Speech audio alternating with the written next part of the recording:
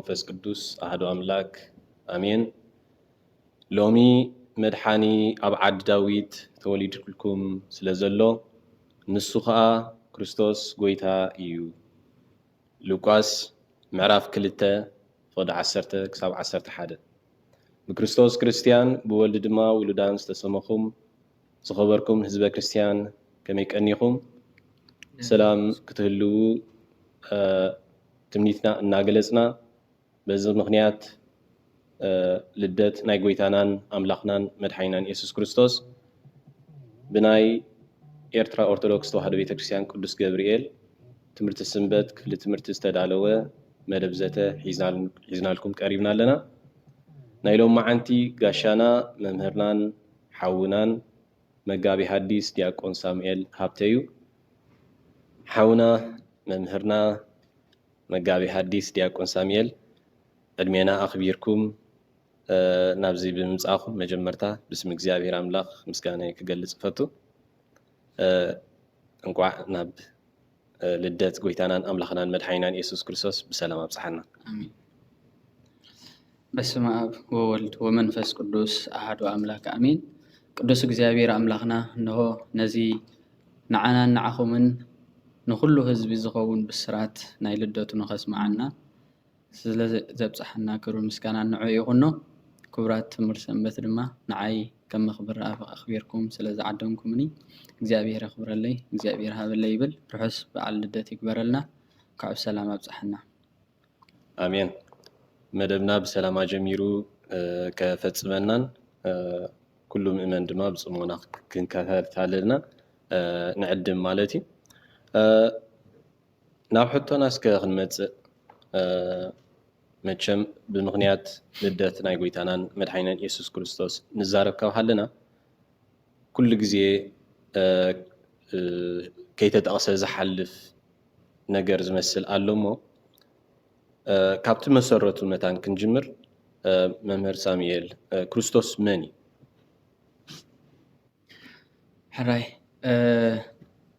ክቡራን ህዝበ ክርስቲያን እግዚአብሔር አምላክና በአፍ አቦታትና ገይሩ ከም ዝተዛረበ በአይ ገይሩ ንዓኹም ዝጠቅም ንዓና ዝጠቅምን አንደበት ክዛረብ ኩልኹም ኣብ ጸሎት ዘክሩኒ። እግዚአብሔር አምላክና ካብዚ ትምህርቲ እዚ ገይሩ ብርሃን ልደቱ ባሪኹ ንዕኡ ዝኸውን ምግባር ክንሰርሕ ንዕኡ ዝሕጉስ ናብራ ክንነብር ናቱ ሰናይ ፈቃድ ይኹነልና። ሕራይ እምበር ዲያቆን ሃወይ ክርስቶስ መን እዩ ካበልና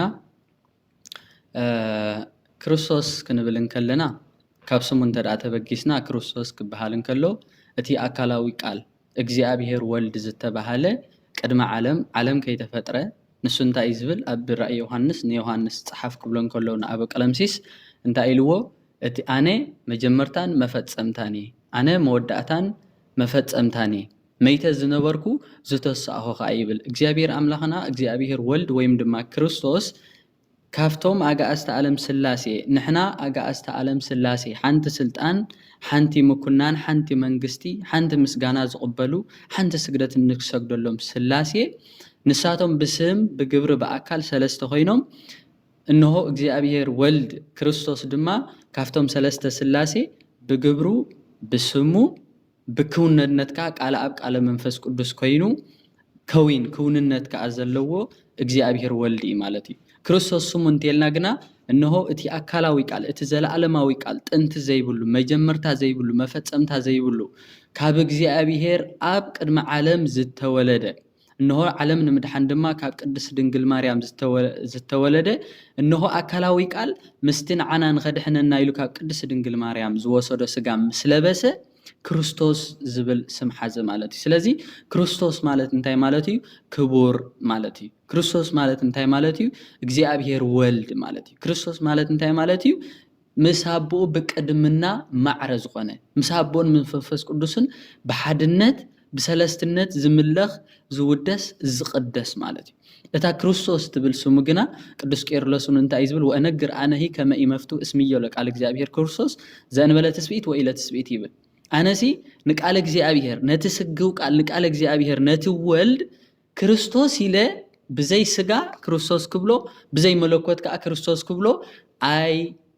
ፈቅድኒ ወይ ከዓ አይ ግባእኒ ይብል አልቦ ዘሰምዮ በዝንቱ ስም ለቃል እግዚአብሔር ክርስቶስ ዘእንበለ ትስጉኢቱ ኻይብል ንቃል እግዚአብሔር ነቲ ዘለዓለማዊ ዝኾነ ወልደ አብ በመለኮቱ ወልደ ማርያም በትስብእት ኢልና እንጽውዖ እግዚአብሔር ወልድ ክርስቶስ ኢሉ ቅድመ ስግው ምዃኑ ቅድመ ስጋ ምልባሱ ክርስቶስ ኢሉ ዝሰመዮ የለን እንታይ ደኣ ንዓና ንኸድሕን ንዓና ካብ ዝወደቕናዮ ካብ ሓሳር ናብ ክብሪ ንኽመልሰና ካብቲ ዝማሰነ ክብሪ ናፍቲ ዘይማስን ካብቲ ርሒቕናዮ ዝነበርና ካብ እግዚአብሔር ናብኡ ክመልሰና ኢሉ ምስ መፀ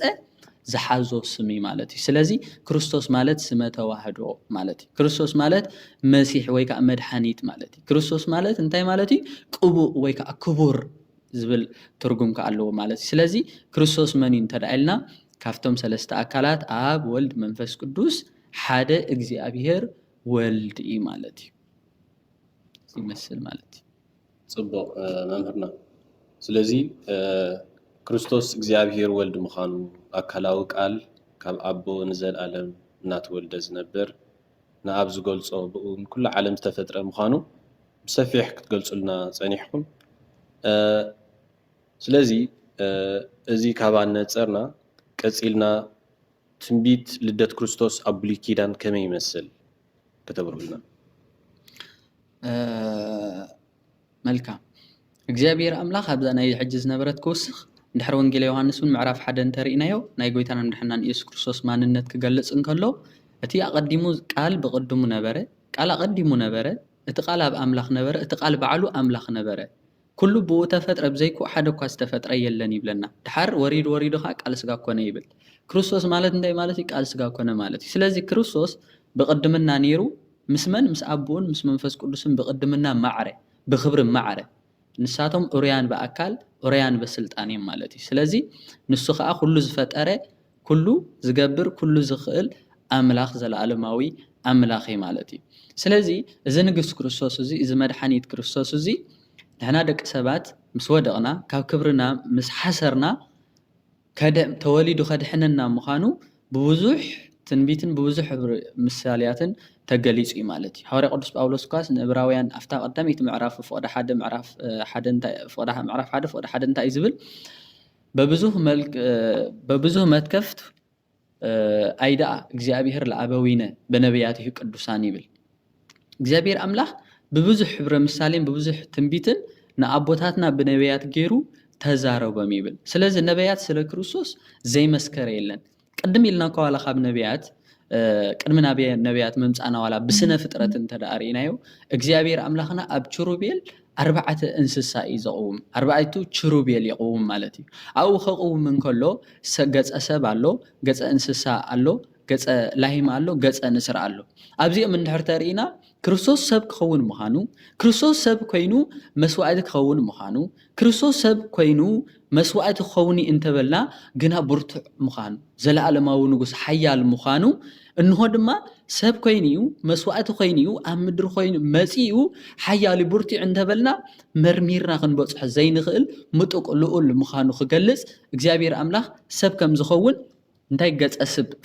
ሰብ ፈጠረ ማለት ገጸ ሰብ ገይሩ ንችሩቤል ሓደ ኣቆመ ማለት ገጸ ሰብ ዝኸውን ከምንታይ እንተልና ንዓና ካብ ዝነበረና ሕስረት ተራቂትና ካብ ጸጋሪ ሪሕቅና ካብኡ ሪሕቅና ኣብ ዝነበርናሉ ናብኡ ንኽመልሰና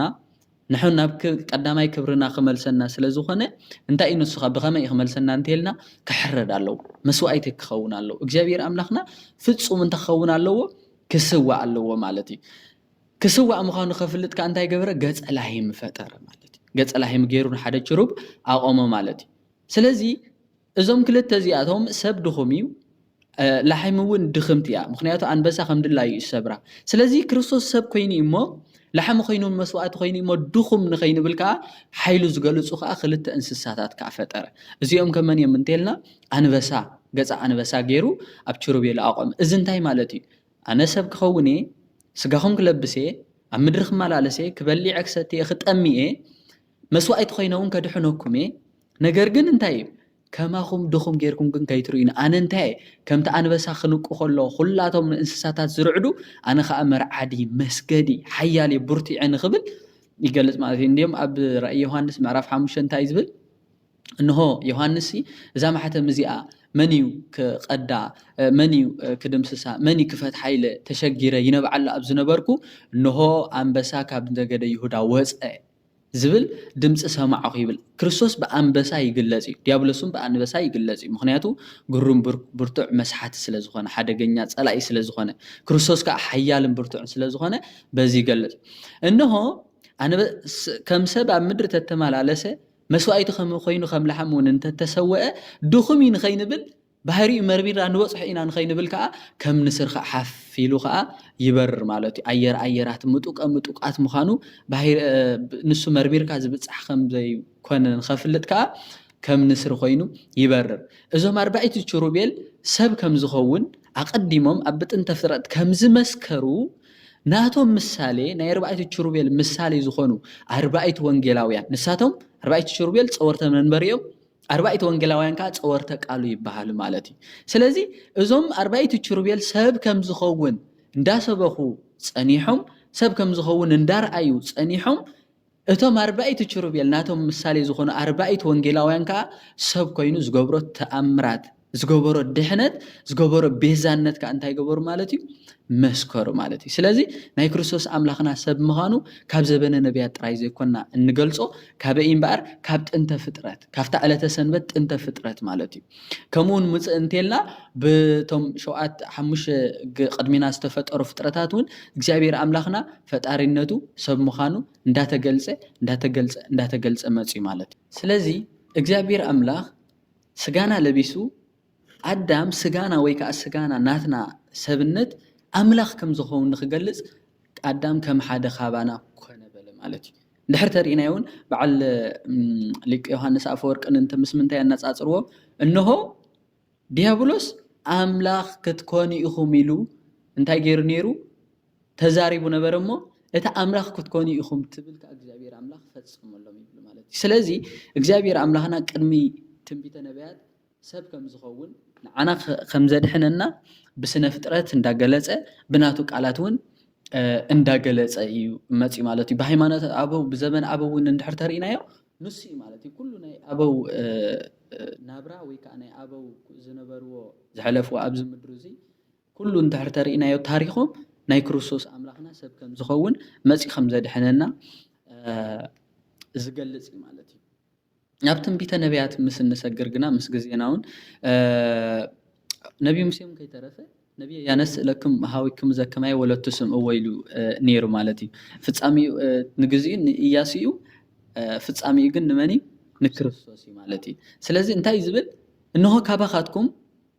ከማይ ዝኾነ ነቢ ከተሲ እዚ ክብል እንከሎ እንታይ ማለት እዩ ካባኻትኩም ክብል እንከሎ ክርስቶስ ኣምላኽና ካብ ወገን እስራኤላውያን ካብ ወገን ዳዊት ወዲ አብርሃም ወዲ ዳዊት ከም ዝኾነ የረድእ ምክንያቱ ካባኻትኩም ካብ ማእኸልኩም ካብ ይሕዋትኩም እዩ ዝብሎም ዘሎ ስለዚ ከማይ ክብል ከሎ ከዓ እግዚአብሔር ኣምላኽ ካባና ክውለድ እንከሎ ፍሉይ ፍጥረት ኣይኮኑን ክነበር እንታይ ደኣ ከማና ሰቢ ክበልዕ ክሰትዩ ከማና ካብዚ ምድሪ እዚ እንተሃገብሪ ክመላለስ እዩ ንኽብል እንታይ ኢልዎም ካብ ማእኸልኩም ከማይ ዝበለ ነቢ ከማይ ክብል እንከሎ ነቢ ክንብል ከሎ ክርስቶስ ኣምላኽና ሊቀ ሄኔሮስ ታይ ዝብላ በሃይማኖት ኣበው ሊቀ ካህናት በውስተ ሊቃነ ካህናት ይብል ሊቀ ሐዋርያት በውስተ ሊቃነ ሐዋርያት ይብል ሊቀ ነቢያት በውስተ ሊቃነ ነቢያት ይብል ሐዋርያው ጳውሎስን ሊቀ ካህናትና እንዳበለ ይገልጸ እዩ ክርስቶስ ስለዚ ክርስቶስ ኣምላኽና ነቢ ተባሂሉ ይጽዋዕ እዩ ከምዞም ነቢያት ግና ብጸጋ ዝረኸቦ ትንቢት ኣይኮነን እንታይ ደኣ ንሱ እንታይ ገብሪ ናይ ባህሪ እዩ ትንቢት ንኹሉ ዝፈልጥ ስለ ዝኾነ ማለት እዩ ድሕር ተሪእናዮ እውን ኣብ ወንጌሉ ተነቢ ወንጌል ማቴዎስ ምዕራፍ 24 ምዕራፍ 25 ብዛዕባ ፍርዲ ብዛዕባ ዝመጽእ ይዛረብ ሓቂ ኣብኡ እንታይ ኢና ንብል ኣብ ዝመጽእ ግዜ ብዙሕ መከራ ክኸውን እዩ ብዙሕ ሓሰውቲ ነቢያት ክመጽኦም ብስመይ ብዙሕ መከራ ኣሎ መንግስቲ ኣብ ልዕሊ መንግስቲ ህዝቢ ኣብ ልዕሊ ህዝቢ ክኸውን ኢሉ እቲ ኣብ ደብረ ዘይት ንትርጉሞ ንትርኾ ማለት እዩ ኩሉ ተዛሪብ እዩ ኣብ ምዕራፍ 25 እውን ብዛዕባ ምጽኣት መርዓዊ ክመጽእ ምዃኑ እውን እንታይ ገይሩ እዩ ተዛሪብ ስለዚ ሊቀ ነቢያት በውስተ ሊቃነ ነቢያት ይበሃል ማለት እዩ ስለዚ ካብ ማእኸልኩም ከማይ ዝበለ ሰብ ዝበልዕ ዝሰቲ ዝመላለስ ምሳኻትኩም ኣብዚ ዝኸውን እንሆ ድማ ነቢ ካባኻትኩም ከተሰኣልኩም ኢሉ ናይ ሊቀ ነቢያት ሙሴ ንርኢ ቀፂሉ እንተሪእና ትንቢተ ኢሳይያስ ኢና ንርኢ ኢሳይያስ ከዓ እንታይ ዝብል እንሆ ድንግል ክትጸንስ እያ ወዲ ክትወልድ እያ እግዚአብሔር ባዕሉ ትእምርቲ ክበኩም እዩ ድንግል ክትጸንስ እያ ወዲ ከዓ ክትወልድ እያ ስሙ ከዓ መን ክትብሉ እያ ዝብል ኣማኑኤል ክትሰሙ እያ ይብል እዚ ማለት እንታይ ማለት እዩ እዚ ትርጉም እዚ እንሆ ቅዱስ መልአክ ወይ ከዓ ቅዱስ ገብርኤል ንዮሴፍ መጽኡ ትርጉመሉ ኢና ንሪኣ ወንጌል ማቴዎስ ምዕራፍ 1 ማለት እዩ እንሆ እቲ ብነቢ ዝተባህለ ድንግል ክትጸንስያ ወድኻ ክትወልድያ ዝተባህለ ትንቢት ክፍጸሙ ስምኻ መን ክትብልዎ ኢኹም አማኑኤል ክትብልዎ ኢኹም ኢሉ ትርጉምኻ እንታይ ኢልዎ እግዚአብሔር ምስ መን እዩ ምሳና እዩ ማለት እዩ እግዚአብሔር ምሳና እዩ እግዚአብሔር ስጋና ለቢሱ እግዚአብሔር ምሳና እዩ እግዚአብሔር ኣብ ምድሪ ተመላሊሱ ትርጉም ማለት ስለዚ እንሆ ትንቢት ኢሉ ምዕራፍ 9 ፍቅዲ 6 እንተሪእናዮ ነዚ ህፃን ተወልደለነ ወልድ ተውህበ ለነ ይብል ሓቂ ህፃን ተወሊድልና እዩ ወድኻ እንታይ ተገይርና እዩ ተዋሂብና እዩ ይብል ወድኻ ተዋሂብና እንዲዮም ስሙ ይገልጽ ስሙ መካር ሓያል ብርቱ አምላኽ አቦ መስፍን ሰላም ይንሱ ይብል ሓቂ ስለዚ ነቢያት ኩላቶም ብዛዕባ ክርስቶስ ተነበየም ዘገርም ነገር ወይ ከዓ ዘደንቕ ኣብ ትንቢተና ዳንኤል ዘሎ ታሪክ ክዛረብ ኣኽለና እዩ ኣብ ትንቢተ ዳንኤል ዳንኤል እንታይ ይብል ካብ ዘበነ ዳንኤል ክሳብ ዘበነ ክርስቶስ ከሎ ክገልጽ እንከሎ 7 ሰንበታት ኣድሞም ለህዝብ ከይብል 7 ሰንበታት ንህዝብ ኣድሞም ይብል ኣብ ምዕራፍ 2 እንተሪእናዮ ኢድ ከይተንከያ ካብ ሰማይ ዝወረደ እምነዊን ይብል ዘውት እም ዘርኢ ዳንኤል ነቢ ዝብል ናይ ቅዳሴ ማርያም ቅዱስ ኤፍሬም ዝገለጸ ኣብ ናይ ሶሎስ ማለት እዩ ምዕራፍ 2 ዘሎ ማለት እዩ እዚ ተተሓሒዙ ናይ 3 ደቂቅ ከዓ ትንቢት ኣሎ እንሆ ናቡከደነፆር ናብ እሳን ምሰእተዎም ይትባረክ እግዚአብሔር አምላክ አበዊነ ስቡህኒ ውእቱ ወልዑልኒ ውእቱ እግዚአብሔር አቦታትና ይኽበር ይመስገን ንሱ ንዘላለም ምስጉን እዩ ዝብል 6 ግዜ ባርክዎ ኩልኩም ግብረ ግዜ ለእግዚአብሔር ስቡህኒ ውእቱ ወልዑልኒ ውእቱ ከዓ 33 ግዜ ጸሎተ 3 ደቂቅ ከም ንሪኦ ተነብየም ማለት እዩ እዚአን ኩለን ደሚርና ክንሪአን ከለና እንሆ 3 ደቂቅ ቅድሚ ሚጠት ዘሎ ጀሚሩ ክሳብ እርገት ክርስቶስ ጎይታና ክንበይ ከለው ዳንኤል ከዓ ካብ ሚጠት ምስተመለሱ ካብ ምርኮ ምስተመለሱ ክሳብ ልደት ክርስቶስ ዘሎ 490 ዓመት 7 ሰንበታት ክንብል ከለና 7 ብ7 እንድሕር ተሪእናዮ 490 ሓቂ ናይቶም 3 ደቂቅ ከዓ 6 ግዜ ይትባረክ እግዚአብሔር አምላክ አበዊነ ኢሎም እንታይ ማለት እዩ ድሕሪ 600 ዓመት ክርስቶስ አምላኽና ክውለድ ዝብል ትንቢት ተነብየም ማለት እዩ ካብ መዓስ ቅድሚ ስደት እንዳወጽ ከለው ኣብ ስደት 70 ዓመት ገይሮም ብድሕሪ ተመሊሶም ከዓ 490 ዓመት ገይሮም ክርስቶስ አምላኽና ከዓ 33 ዓመትን ገለን ገይሩ ኣብ ዝምሽ እዚ ሁሉ ተደሚሩ ከዓ 600 ዓመት ይኸውን 600 ዓመት ገይሩ ምስተወለደ ኣብዛ ምድር እውን 33 ዓመት ክመላለስ ምዃኑ ንኽገልጹ ከዓ ባርክዎ ኩልኩም ግብረ ግዜ ለእግዚአብሔር ኩልኻትኩም ናይ እግዚአብሔር ኢድ ፍጥረታት ዝኾንኩም ንእግዚአብሔር ኣመስግንዎ ስቡህኒ ውእቱ ወልዑልኒ ውእቱ ለዓለም ካይብ ንሱ ንዘላለም እንታይ እዩ ምስጉን ክቡር ልዑል እሞ ኣመስግንዎ ይብል ማለት እዩ እዚአን ከዓ 33 ገሊፆም ማለት እዩ እዚአን እንታይን ኩለን ደሚርና እንተሪእናየን እንሆ ድሕሪ 600 ዓመት ክርስቶስ ክውለድ እዩ ክርስቶስ ተወሊዱ ኣብዛ ምድር እዚኣ ክንደይ ክገብር እዩ ማለት እዩ 33 ዓመት ክጸኒሑ ንኽብሉ ማለት እዩ ኩሉ እንተርተሪናይ ናይ በዓል ሕዝቅኤል ዕፀውቲ ማዕጾ እግዚአብሔር አምላኽ ኣትዩ ብኣወፂ እሞ ኣይትከፈት እንዳበሉ ኣብ 44 ዝገልጾ ኩሉ ናይ በዓል ዳዊት ብፍላይ ናይ ዳዊትን ናይ ኢሳያስን ብዛዕባ ልደቱ ብዛዕባ ስቕለቱ ብዛዕባ ጥምቀቱ ብዛዕባ ሞቱ ብዛዕባ ኩሉ ነገር እሲ ተነብየም እዮም እንዲኦም ዘማራይ ልበ ኣምላክ ዳዊትስ መልክዑ ከይተረፈ ኢሳያስ ዘማራይ ልበ ኣምላክ ዳዊት መልክዑ ከይተረፈ እዮም ዝገልጹ ሓቂ ኣብ መዝሙር 43 እንታይ ዝብል ሚሰን ንልሃዩ እሙል እጓለ እመሕያው ይብል ክርስቶስ መልክዑስ ካብ ደቂ ሰባት ማዕረኽ እንደይ ይጽብቕ ማዕረኽ እንደይ ይምልክዕ እንዳበለ ተደኒቑ ዝገልጽ እዛ መልክዑ እዚኣ ግን ኣብ ዕለት ዓርቢ ሓጢኣትና ተሰኪሙ ተገሪፉ እዛ መልክዑ እዚኣ ምስ ተደወነት ግና ኢሳያስ እንታይ ኢሉ ንኽንፈትዎ ኣምላኽና ኢልና ንኽንቅበሎስ መልክዕ ዝበሃል ኣይነበሮን ኢሉ ማለት ስለዚ መልክዕና እንታይ ማለት እዩ ሓጢኣትና ናትና ልክዕ ከመይ ከምቲ ክርስቶስ ክውለድ ከሎ ኩሉ ሰብ ዝናፍቆ መልክዑ ፍሉይ መልክዕ ዝነበሮ እሞ ሓጢኣትና ምስ ተሰከመ ብዕለት ዓርብ ግና ሰብ ንኽቆርቦ ይኮነን ወይ ንኽሓቕፎ ይኮነንሲ ንኽንፈትዎስ መልክዕ ዝበሃል ኣይነበሮን ኢሉ ዝተነግረሉ ኣብ ርእሱ ኣኽሊል ተደፊእዎ ገጹ ብደም ጨቂዩ ዝነበረ ንሕና ከዓ ልክዕ ብርሃን ዝነበርና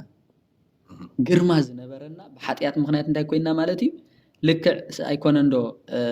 ክንናፈቕሲ ንኽርእየና እውን ዝጸልኣና ማለት እዩ ልክዕ ከምቲ ብግብሪ ሕሱር ዝኾነ ዲያብሎስ ንዕኡ መሲልና ነበርና እሞ ነቢያት ነዚኦም ኩሎም ዝገልጹ ኣብ ቤተልሔም ምውላዱ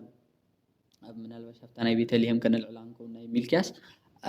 ኩሉ ነገር እንታይ ተገይሩ እዩ ብነቢያት ተገሊጹ ማለት እዩ ስለ ልደቱ ግና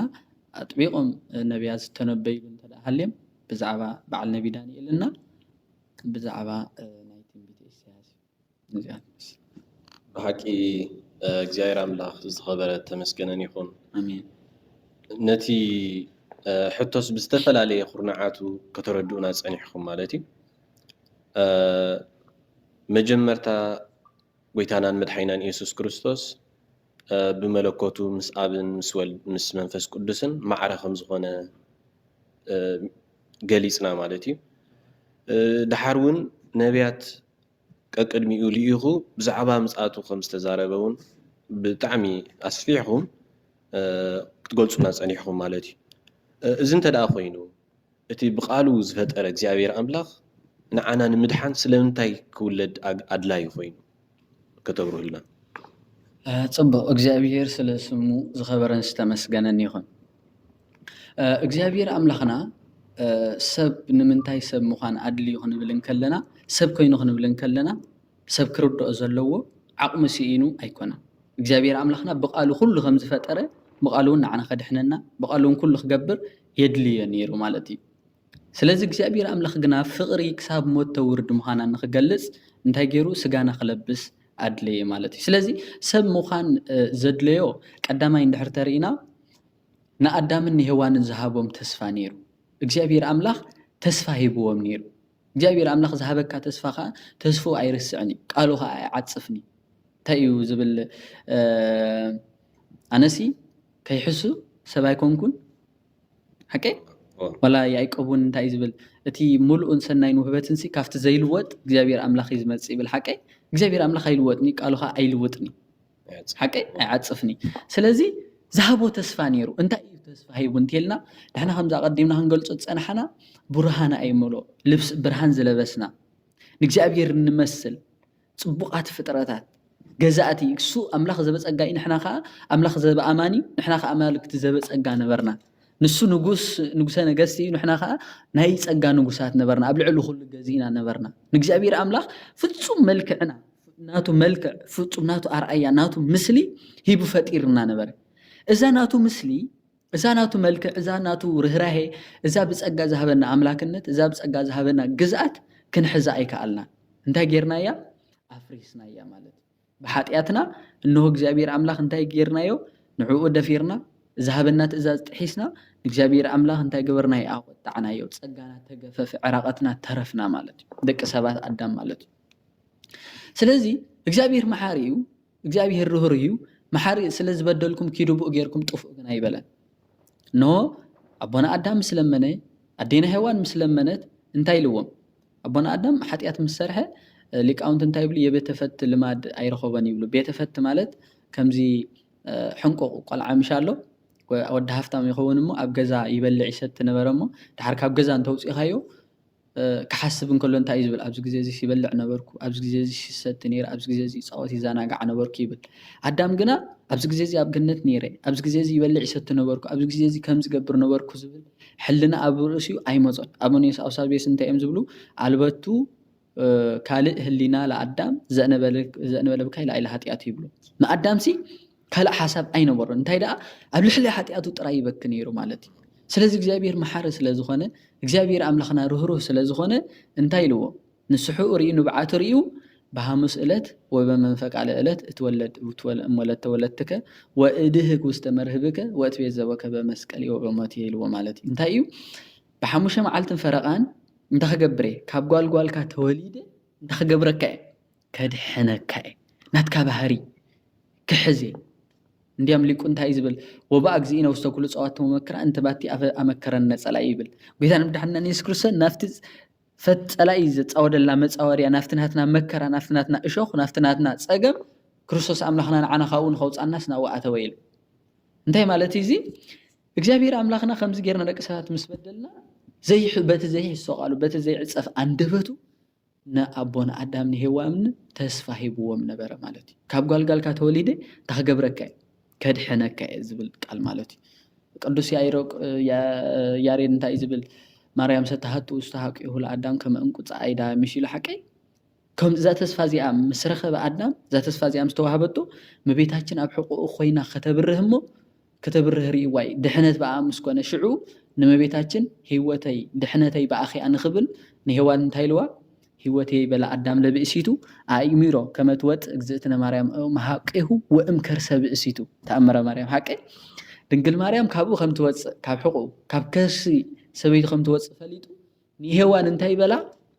ህይወተይ ይልዋ ማለት ስለዚ ድንግል ማርያም ተስፋ ናይ መን ነራ ማለት እዩ ናይ አዳም አንቱ ውእቱ ተስፋሁ ለአዳም ክርስቶስ እዛ ተስፋ እዚኣ ንኽፍጽም ካብ ጓልጋልካ ተወሊደ ናትካ ባህሪ ሒዘ ክመጽእ ስበለ ዝበሎ እዛ ተስፋ እዚኣ ንኽፍጽም ክርስቶስ እንታይ ገበረ ማለት እዩ ተወልደ ሐዋርያ ቅዱስ ጳውሎስ ናብ ገላትያ ምዕራፍ 4 ፍቅዲ 4 እንታይ ኢሉ ወአመ በጽሐ ዕድሜሁ ተወለደ እምብእሲት ኢሉ ሓቂ እቲ ዝሃቦ ተስፋ እቲ ዝሃቦ ቃል ምስ በጽሐ እንታይ ኢሉ ካብ ሰበይቲ ተወልደ ኢሉ ማለት እዩ ስለዚ ክርስቶስ ዝሃቦ ተስፋ ነይሩ ንአዳም ከድሕኖ እንተደኣ ኮይኑ ስጉእ ክለብስ ኣለዎ ስለዚ ልስጋ ከለቢስካ ጓልጋልካ ተወሊደ ኢኻ ድሕነካ ዝበሎ ቃል እንታይ ንኽገብር ንኽፍጽም ተወልደ እምበር ንዓና እሱ ኣብኡ ከሎ ኣብ ሰማይ ኮይኑ ድሓኑ ንምባል ዘለና ሓጢኣት ንምርሓቕ ዘይከኣል ኮይኑ ኣይኮነን ማለት እዩ ሰብ ዝኾነ ማለት እዩ እንዲያም ሓደ ንጉስ መምሃራን ዝተረኽቦ ታሪክ ኣሎ ሓደ ንጉስ ዓላዊ ንጉስ ነበረ ይብሉ እሞ እዚ ንጉስ እዚ بእግዚአብሔር እመን እግዚአብሔር ኣሎ ጎይታ ሰማይ ምድርን ምስ በልዎ በቃ ሕራይ በእግዚአብሔር አሚን ኢሉ ስለዚ ፍቅሩ ከረድእዎ ከለው እግዚአብሔር እኮ ከምዚ ገይሩ ንዓና ካብ ሰማይ ሰማይ ተወሪዱ ተገርና አድሒንና ተወሊዱ መይቱ ምስ በልዎ ኖ እግዚአብሔር ከም ዘሎ ከኣምን ይቕበሎ እዚ ተወሊድ እዩ መይቱ ትብልዎ ዘለኹም ግና እንደኸገብረ ይክእልኒ ኣነ ከኣምኑ ኣይክእልኒ ኢልዎ ማለት እዩ ድሓር ሓደ ጥበበኛን ዝበቁዑን ኣቦ ነበሩ ኣቕቢጽ ንጉስ ናብ ገዝኡ መጹ ዋ ኣባ ከምዚ ይብል ኣሎ ንጉስ ከምዚ ይብል ኣሎ ኢሎም ማለት እዩ ድሓር ንሱ ኣተብ ኣቦ ተመኸርዎ ኣይሰምዕን ኢሉ ድሓር ተም ኣቦ እንታይ ገይሮም በቲ ጥቃ ንጉስ ዝሓልፍ ረሳሕ ማይ ነበረ ኢሉ ኣይኮነን ንኽት ኣትዎ ወይ ንኽትሕፀበሉሲ ንኽትሪኦም ዝጨንማ ያሎም ሓቂ ሕፀብጻብ ናይ ከተማ ብፍላይ ብከተማ ዝሓልፍ ከም ነበረ ናብኡ ገለጾም ተዛወርሞ እቲ ንጉስ ከዓ ምሶም እንዳዓለለን ደድሕሪኦም ኸይድ ነበረ ድሓር ኢሎም ወዱ ንእሽተ ህፃን ነበረሞ ባባ እንዳበለ ናብኡ ኣቦይ እንዳበለ ከርክቦ መፀሞ እቶም ኣቦ ሕዛብ ኢሎም ነቲ ህፃን እንታይ ገበርዎ ኢሉ ናፍቲ ዝሓልፍ ዝነበረ ወሓዚ ደርበይዎ ኢሉ ድሓር ናፍቲ ወሓዚ ምስ ደርበይዎ እቲ ንጉስ ከዓ ልክዕ ካብኡ ደርቢ ናፍቲ ወሓዚ እንታይ ገበረ ኣተወ ማለት እዩ እቲ ወሓዚ ኣዝዩ ጨናዊ ኣዝዩ ዘሰንብድ ራእይ ዘለዎን ሽታን ዘለዎን ነይሩ ንወዱ ንኸድሕን ግን እንታይ ገበረ ኣተወ እቲ ህፃን ግን ኣጋጣሚ ሂወቱ ሓለፈ ማለት እዩ እቶም ኣቦ ግን ዝወቅዑ ስለ ዝነበሩ ነቲ ህፃን ኣተስእዎ ድሓር እቲ ንጉስ ሕርቃንን ሓጎስን ተሓዋዊስዎ እንታይ ገበረ ነቶም ኣቦ ክሓንቆም ይደሊ በቲ ከዓ ወዱ ስለ ዝተስእ ከዓ ብጣዕሚ ተሓጎሰ ንምንታይ ከምዚ ገይርኩም ኢሎም ስሓተቶም ረናተይ ስዳሃን ይጽንሓልካ ኢሎሞ ንምንታይ ደኣ ንስኻ ናብዚ ረሳሓዚ ናብዚ ክትኣትዎ ክትሕፀወሉ ይኮነንሲ ክትሪኦ እውን ዘፈንፍን ትርኢት ዘለዎ ማይስ ንምንታይ ደኣ ዘሊልካ ኣተኻ ምስ በልዎ እንታይ ኢልዎ ወደይ ንኸድሕን ኢልዎ ርኢኻ ኢሎሞ እግዚአብሔር ኣምላኽ ንሱ ንጹህ እዩ ንሱ ልዑል እዩ ንሱ ግሩም እዩ ንሱ ሓያል እዩ ግን ኢሎሞ ንሕና ወለዱ ፍጥረቱ ብልቡ ዘፍቀረና ደቂ ሰባት ስለ ዝኾንና እንሆ ድማ ከምዚ ኣረሲሕና ነበርና እሞ ንዓና ንኸውፅእ እዚ ረሳሕ ስጋና እንታይ ገበረ ለበሰ ኢሎሞ ማለት ስለዚ በዚ ኣይእሚኖም ኣጥመቕዎ ዝብል ታሪክ ብዙሕ ግዜ መምሃራን ክትረኽቦ ሰሚዕ ኣለኹ ማለት እዩ ስለዚ እግዚአብሔር ኣምላኽ ዝሃቦ ተስፋ ንኽፍጽም እግዚአብሔር ኣምላኽ ዝኣተወሎም ቃል ኪዳን ንኽፍጽም እንታይ ኮነ ክውለድ ኣድለየ ሰብ ኮነ ማለት እዩ ካልኣይ እንተርኢና ካብቲ ተስፋ ዝሃቦ ንላዕሊ ምንዮት ነይሩ ህርፋን ነይሩ እግዚአብሔር ኣምላኽ ተወሊዱ ክርእይዎ ዝሃርፉ መላእክት ኣለዉ ክርእይዎ ዝሃርፉ ቅዱሳን ኣቦታት ነይሮም ክርእይዎ ዝሃርፉ ከዓ ኣህዛብ ከዓ ነይሮም ጣዖት ዘምልኹ ማለት እዩ እዚ ምንዮት እዚ ክፍጸም እንተደኣ ኮይኑ ከዓ እግዚአብሔር ኣምላኽ ክውለድ ነይርዎ እዚ ከመይ እንተኢልና ናብ መልእክቲ ጴጥሮስ ክወስደካ ኣብ ቀዳማይ ጴጥሮስ ምዕራፍ 1 ፍቅዲ 12 እንታይ ኢሎ ዘወረደ ሰማይ ዘያፈትዎም ለመላእክት ከመይ ይሃውፅዎ ይብል እቲ ካብ ንመላእክት እዚ ክርእይዎ ዝምነዩ ካብ ሰማይ ዝወረደ እንዳበለ ንክርስቶስ ኣምላኽና ይገልጾ ማለት እዩ መላእክቲ ንእግዚአብሔር ኣምላኽና ክርእይዎ ኩሉ ግዜ እዮም ዝበቡ ኩሉ ግዜ እዮም ዝሃርፉ ማለት እዩ ስለዚ እግዚአብሔር ኣምላኽና ንነቢያት ወሪዶም ትንቢት ዝነግሩ ዘበስሩ ዝነበሩ መላእክቲ ስለ ዝኾኑ እነሆ ኣምላኾም እቲ ዘፍቅርዎ ኣምላኾም ዝግዝእዎ ኣምላኾም ከዓ ብሓፂር ቁመት ብፀቢብ ደረት ተወሲኑ ክርእይዎ እንታይ ገብሩ ነይሮም ይናፍቆ ነይሮም። ስለዚ እዚ ናፍቆት እዚ ክፍፀም ተደኣ ኮይኑ ክርስቶስ ክኸውን ኣለዎ ማለት እዩ ሰብ ክኸውን ኣለዎ። እቲ ዘበሰርዎ ትንቢት እውን ክፍፀም ተደኣ ኮይኑ ክርስቶስ ክኸውን ኣለዎ ሰብ ክኸውን ኣለዎ ማለት እዩ። እንተሪኢና እውን ንሳቶም ህርፋኖም ወይ ከዓ ሪኦም ዘይፀግብዎ ኣመስጊኖም ዘይፀግብዎ ምዃኑ ኣብ ትምህርተ ህቡኣት ትርጓሜ ከም ዘሎ እንታይ እዩ ዝብል እይመስሎሙ ለመላእክት ከመ ዘወደስዎ መንፈቀ ዕለት እስከ ኣመ ተፈጥረ ዓለም እስከኒሆ ይብል። ዓለም ካብ ዝፍጠር ጀሚሩ ክሳብ ሕጂ ንመላእክቲ ርብዒ ደቂቕ ናይ ሰዓት ርብዒ ምሽ 15 ደቂቃ ርብዒ ደቂቕ እኳስ ዘመስገንዎ ኣይመስሎም ኢሉ። ምክንያቱ ንሳቶም ቅዱስ ኢሎም ሰጊዶም ክትስኡ ከለዉ ካልእ ብርሃን ካልእ ዘደንቕ ምስጢር ካልእ ዘደንቕ መልክዖም ዝርኢ። ስለዚ እዚ ምስጢር እዚ እዚ ብርሃን እዚ ክርእይዎ እንተደኣ ኮይኖም ብፀቢብ ደረት ብሓፂር ቁመት ተወሲኑ ሰብ ኮይኑ ክርእይዎ ምንየቱ ነይርዎም ማለት እዩ ናፍቆት ነይርዎም። ስለዚ ናፍቆት ናይ መላእክት ዘጥለለ እዩ ክርስቶስ ኣምላኽና ማለት እዩ ብምንታይ ብምውላዱ ማለት እዩ። እንተሪኢና ካልኣይ ከዓ ናይ ቅዱሳን ኣቦታት ናይ ኣበው ናይ ነቢያት ከዓ ናፍቆት ምንየቱ ነይሩ እንታይ እዩ። ኣብርሃምሲ ንነገስተ ከሎዶ ጎሞር ስዒሩ ምስ መፀ እንታይ እዩ ዝብል ምስ ተሓጎሰሲ እንታይ እዩ ዕለትካሲ ሎሚ ዲኻ ከተርእየኒ በመዋዕልየኑ ትፈኑ ወልደከ ወታርእየኒ ኪያሃ ዕለተ ወኪያሃ ሰዓተ ይብል። ወድኻሲ እንታይ ኢልዎ ነይሩ ብዝርእኻሲ ኩሎም ኣህዛብ ክባረኹ እዮም ኢልዎ ነይሩ እንዲ። ስለዚ እዛ በረከት እዚኣ በፂሓ ድያ ወድኻስ ኣብ ዘበነይ ዲኻ ሓይሊ ሂብካ ነገስታት ስዒረ መፅሲ ኣብ ዘበነይ ዲኻ ወድኻ ክትሰድድ እታ ናይ ወድኻ ዝውለደላ ዕለትከ በፂሓ ድያ እንዳበለ እንታይ ይገብር ምስ እግዚአብሔር ኣምላኽ ይዘራረብ እሞ እግዚአብሔር ኣምላኽ ግን ኢትሪኢኪሃ ኣላ ትሪኢ ኣምሳልሃ እድወለ ኢየሩሳሌም ትረክቦ ለመልከ ጼዴቅ መልአከ ሰላም ለሐቂ ንዓ ኣይትሪኣን ኢኻ እንታይ ግን ትሪኢኻ ምሳሌ ኣኸ ትሪኢ ኢኻ። ስለዚ ንዮርዳኖስ እንታይ ግበር ተሳገር እሞ ንመን ክትረኽቦ ኢኻ መልከ ጼዴቅ ክትረኽቦ ኢኻ ይብሎ ማለት እዩ። ጎይታ ግን ኣብ ወንጌለ ዮሃንስ ምዕራፍ 8 ፍቅዲ 56 እንታይ ኢሉ ኣሎ አብርሃም ተመነየ ከመይራይ ዕለቴ ርእየሂ ተፈሳህ ወተሃስየ ኢሉ። አብርሃም ዕለተ ልደተይ ክርኢ እንታይ ገበረ ተመነየ ረኣየ ደስ ከኣበሎ ኢሉ ማለት እዩ። ስለዚ ናፍቆት ናይ ቅዱሳን ኣቦታትና ናፍቆት ናይ ነቢያት ሙሴ እውን ከምኡ ኢና ንርኢ ሓቂ ኣነ ፈታዊኻ ከም እንተኮይነስ እንታይ ካርየኒ ገፅ ካርየኒ ኦ ሙሴ ንዓይ ገፀ ይርኢኒ ብሂወት ክነብር ዝኽእልሀ የለን እንታይ ደኣ ኣብ ከውሒ ስቀል ኢኻ እንታይ ከዓ ሕቆይ ከዓ ክትርኢ ኢኻ ኢልዎ ማለት እዩ። ስለዚ ደብረ ታቦር ከዓ ክሪኦ ርኢናዮ ማለት እዩ። ስለዚ ናፍቆት ናይ ኣቦታትና ናፍቆት ናይ ነቢያት እንታይ እዩ እምባቆም ዝብል ኣፍቲ ጸሎተ እምባቆም ርኢኩከ ማእከለ ክልኤ እንስሳ ወፈራሂኩ ይብል ሓቂ ንእግዚአብሔር ኣምላኽናስ ብማዕዶስ ዘይረኣይዎ ነቢያት የለውም ግና ብሓፂር ቁመት ተወሲኑ ክርእይዎ ግን ኩሎም እንታይ ገይሩ ነይርዎም እዩ ናፍቆት ነይርዎም እዩ ማለት እዩ። ቀፂልና እንተሪእናዮ ኣሕዛብ እውን ኣሕዛብ እንታይ ዝብል እንዲያም ኣብዚያላ ከንብባ ናይ ቅዱስ ጎርጎርዮስ ገባርይ መንክላት እንታይ ዝብል እስማ ኣሕዛብ ኣፍቀሩ ኣርኣያ ወኣምሳለ እጓለ እምህያው እምእፀው ዘፀረብዎ ፀረብቲ ወበእንተዚ ውእቱ ኮነ ብኣርኣያ ሰብ እሙነ ከመ ይርአይዎ ገባርያና ኣርኣያ ወኣምሳላት ወይትቀነዩ ብኣምሳለ መለኮት ይብል። እንታይ ማለት እዩ ኣሕዛብሲ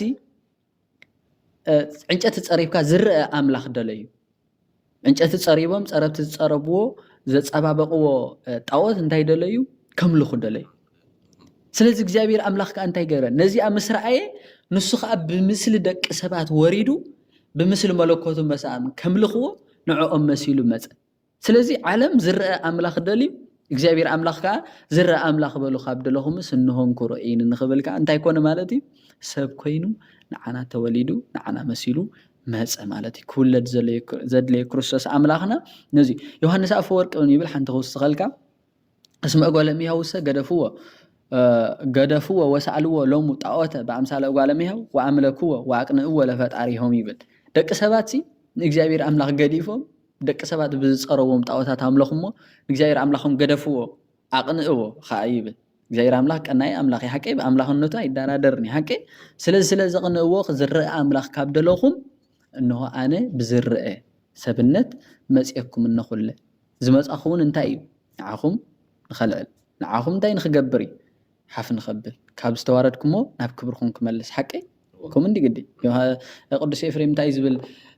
هذا نوت كزلو كما يقول عدام كلام بسي مدرس تجنت مسبل حقي كاب مدرسي نابيك وصلوا أب جنة نيرو نام مدر ودي خام مدر خا كريستوس نابيك ملسو نافت خبرو مالتي سلازي نزن غجبر كريستوس أملاخنا تمنيتنا نافقواتنا نخقرز ذهبنا تسفى نخفتسم እግዚአብሔር አምላኽ ዘይሕሱ ዘይዕጸፍ ስለዝኾነ ከምዚ ንኽገብር ክውለድ ኣድለየ ማለት እዩ ብጣዕሚ ጽቡቕ መምህር ካብ ኩሉ ዝተንከፈትንስ እግዚአብሔር አምላኽ ከም ደቂ ሰባት ኪዳኑ ዘይፍርስ ቃሉ ከዓ ዘይሓጽፍ ምዃኑ ማለት እዩ ስለዚስ ክውለድ ምዃኑ እንተዳ ቃል ኪዳን ኣትዩ ቃል ኪዳኑ ከዓ እንተዳ ኣብ ግዝኡ ናብ ሰዓቱን ፈጺሞ እግዚአብሔር አምላኽ እሙን ከም ዝኾነ ብኡ እንተዳ ኣሚናስ ጎይታናን መድኃኒና ኢየሱስ ክርስቶስን ኣልዓዛር መንገድን ሓቅን ህይወትን ኣነ ትበኣይዝም ዝነብር እንተሞተኳ ብህይወት ክነብር ይኽእሎ ከሎስ እታ ብሕጂ ንጽብያ ህይወትን እሙን ምዃኑስ የረጋግጸልና ማለት እዩ ስለዚ ብሓቂ ንልብኻ ዘረስርስ ቃል ይኹም ክትነግሩና ጸናሕኩም بدقامي اسم أملاخنا زخبرن استمسكنا لكم كالي أونجيل لقاس معرف كلتا مالهم كحلو مرور زحادرو قاسوت نيرو زوم قاسوت مسمال أخت تراقيبهم مال أختن سبن بحسا سبهات لإግዚአብሔር بسمايات والسلام بمر سمرتو لسب ناولو كمسجنون عزب إذا في الأميزي كسب كندي رزنة علوه እስከ አቡኻ ክትገልጹልና ጽቡቕ እግዚአብሔር አምላኽና ንሰማ ጸዋውዑ ክብሩ ምስጋና ንዕ ይኹን ብድጋሜ ከም ዝፍለጥ ዝበልናዮ ተስፋ ሂቡ ምስ ፈጸመ ምስ መጸ ክርስቶስ ክውለድ ምዃኑ ምስ ተነገረሉ መጺኡ ከዓ እንታይ ገይሩ እዩ ኣብ ቤተልሔም ተወሊድ እዩ እንታይ ዝብል ወንጌል ሉቃስ ምዕራፍ 1 ወወጻእ ትእዛዝ ምሃብ ኣውግስጦስ ቄሳር ከመይ ጸሓፍ ኩሉ ዓለም ይብል ሓቀይ ካብ ቄሳር አውግስጦስ ቄሳር ኩሉ ዓለም ንኽጽሓፍ እንታይ ገበረ ትእዛዝ ወፀ ይብል ዮሴፍን ድንግል ማርያምን ከዓ እታ ናቶም ክፍለ ሃገር ወይ ከዓ ሃገረ ስብከት ናቶም ወይ ከዓ ምምሕዳር ንብሎ በኣና ናብ ኢኒሩ ናብ ቤተልሔም ኢኒር ማለት ይትንግስነት ወይ ከዓ ምምሕዳሮም ማለት ስለዚ ኣብቲ ናቶም ኣቅራቢያ ናዝሬት ገሊላ ስለዝነበሩ ናበይ ከደም ቁፅር ዘለዎም ናብ ቤተልሔም ማለት እዩ ስለዚ ናብ ቤተልሔም ክኸዱ ከለዉ ድንግል ማርያም ጥንስቲያ ነይራ ወተረክበት ጥንስተ መንፈስ ቅዱስ ኢሉ ማቴዎስ ኣብ ምዕራፍ 1 ገሊጽዎ ኣሎ ማለት እዩ እንዲያም ዮሴፍ ጠኒሳ ምስ ጸንሐቶ ወወድቀ ዮሴፍ ዝተጽኑዕ መዋግድ ህሊና ይብል ዮሴፍ ጠኒሳ ምስ ጸንሐቶ ኣብ ብርቱዕ ሓሳብ ወደቀሞ ይመከረ ይክስታ ኣላ ይፈቀደ ይክስታ ኣላ መከረ ጽሚተ ይህድጋ ይብል ዮሴፍ ጠኒሳ ኢሉ እንደ ደባባይ ከውጻ ክገልጻ አይደለይን እንታይ ዳ ስቂሉ ሓደጋ ማለት እዩ ስለዚ እስራኤላውያን ዝፈልጡ መኒ ዮሴፍ ካቢነ ዮሴፍ ጠኒሳ ዮሴፍ ሰብኣያ ምዃኑ እንታይ ገብሩ ማለት ተም ከባቢ ይፈልጡ ማለት እዩ ስለዚ እዚ ከዓ ንምንታይ ዲያብሎስ ካብ ዲያብሎስ ንምስዋር አይሁዳውያን ውን ብምንቀጥቂጦም እንታይ ንኸይገብርዋ ንኸይቀትልዋ ብእግዚአብሔር ጥበብ ዝተገበረ እዩ ስለዚ ድንግል ማርያም ጥንስቲ ነበረት እሳቶም ከዓ ከም ሰቦም እንታይ ክገብሩ ኸዱ ክጽሓፉ ክቁጸሩ ከዱ ማለት እዩ ክቁጸሩ ምስ ከዱ ግና ሉቃስ እንታይ ዝብል ኩሉ ተጻሒፉ ክቁጸሩ ምስ ከዱ ድንግል ማርያም ጥንስቲ ነበረት እሞ ይብል ኣብኡ ከዓ ናይ ምውላዳ ግዜ በጽሐ ኣጋይሽ መሊኦም መዕረፍ ኣጋይሽ ኣይነበረን እሞ ቦታ ሲኢና ኣብ መብልዒ ማል እንዲያም ተቃል በሓንሳብ ተነምብቦ ጽቡቕ እዩ እንጀለ ሉቃስ ምዕራፍ 2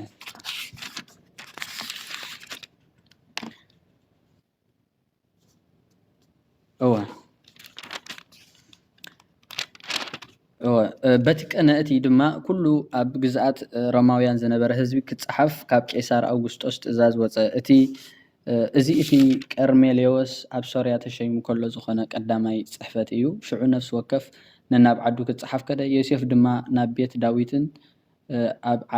ካብ ዓሌቱን ስለ ዝነበረ ካብ ገሊላ ካብ ከተማ ናዝሬት ምስታ ጠኒሳ ዝነበረት ማርያም ሕጽይቱ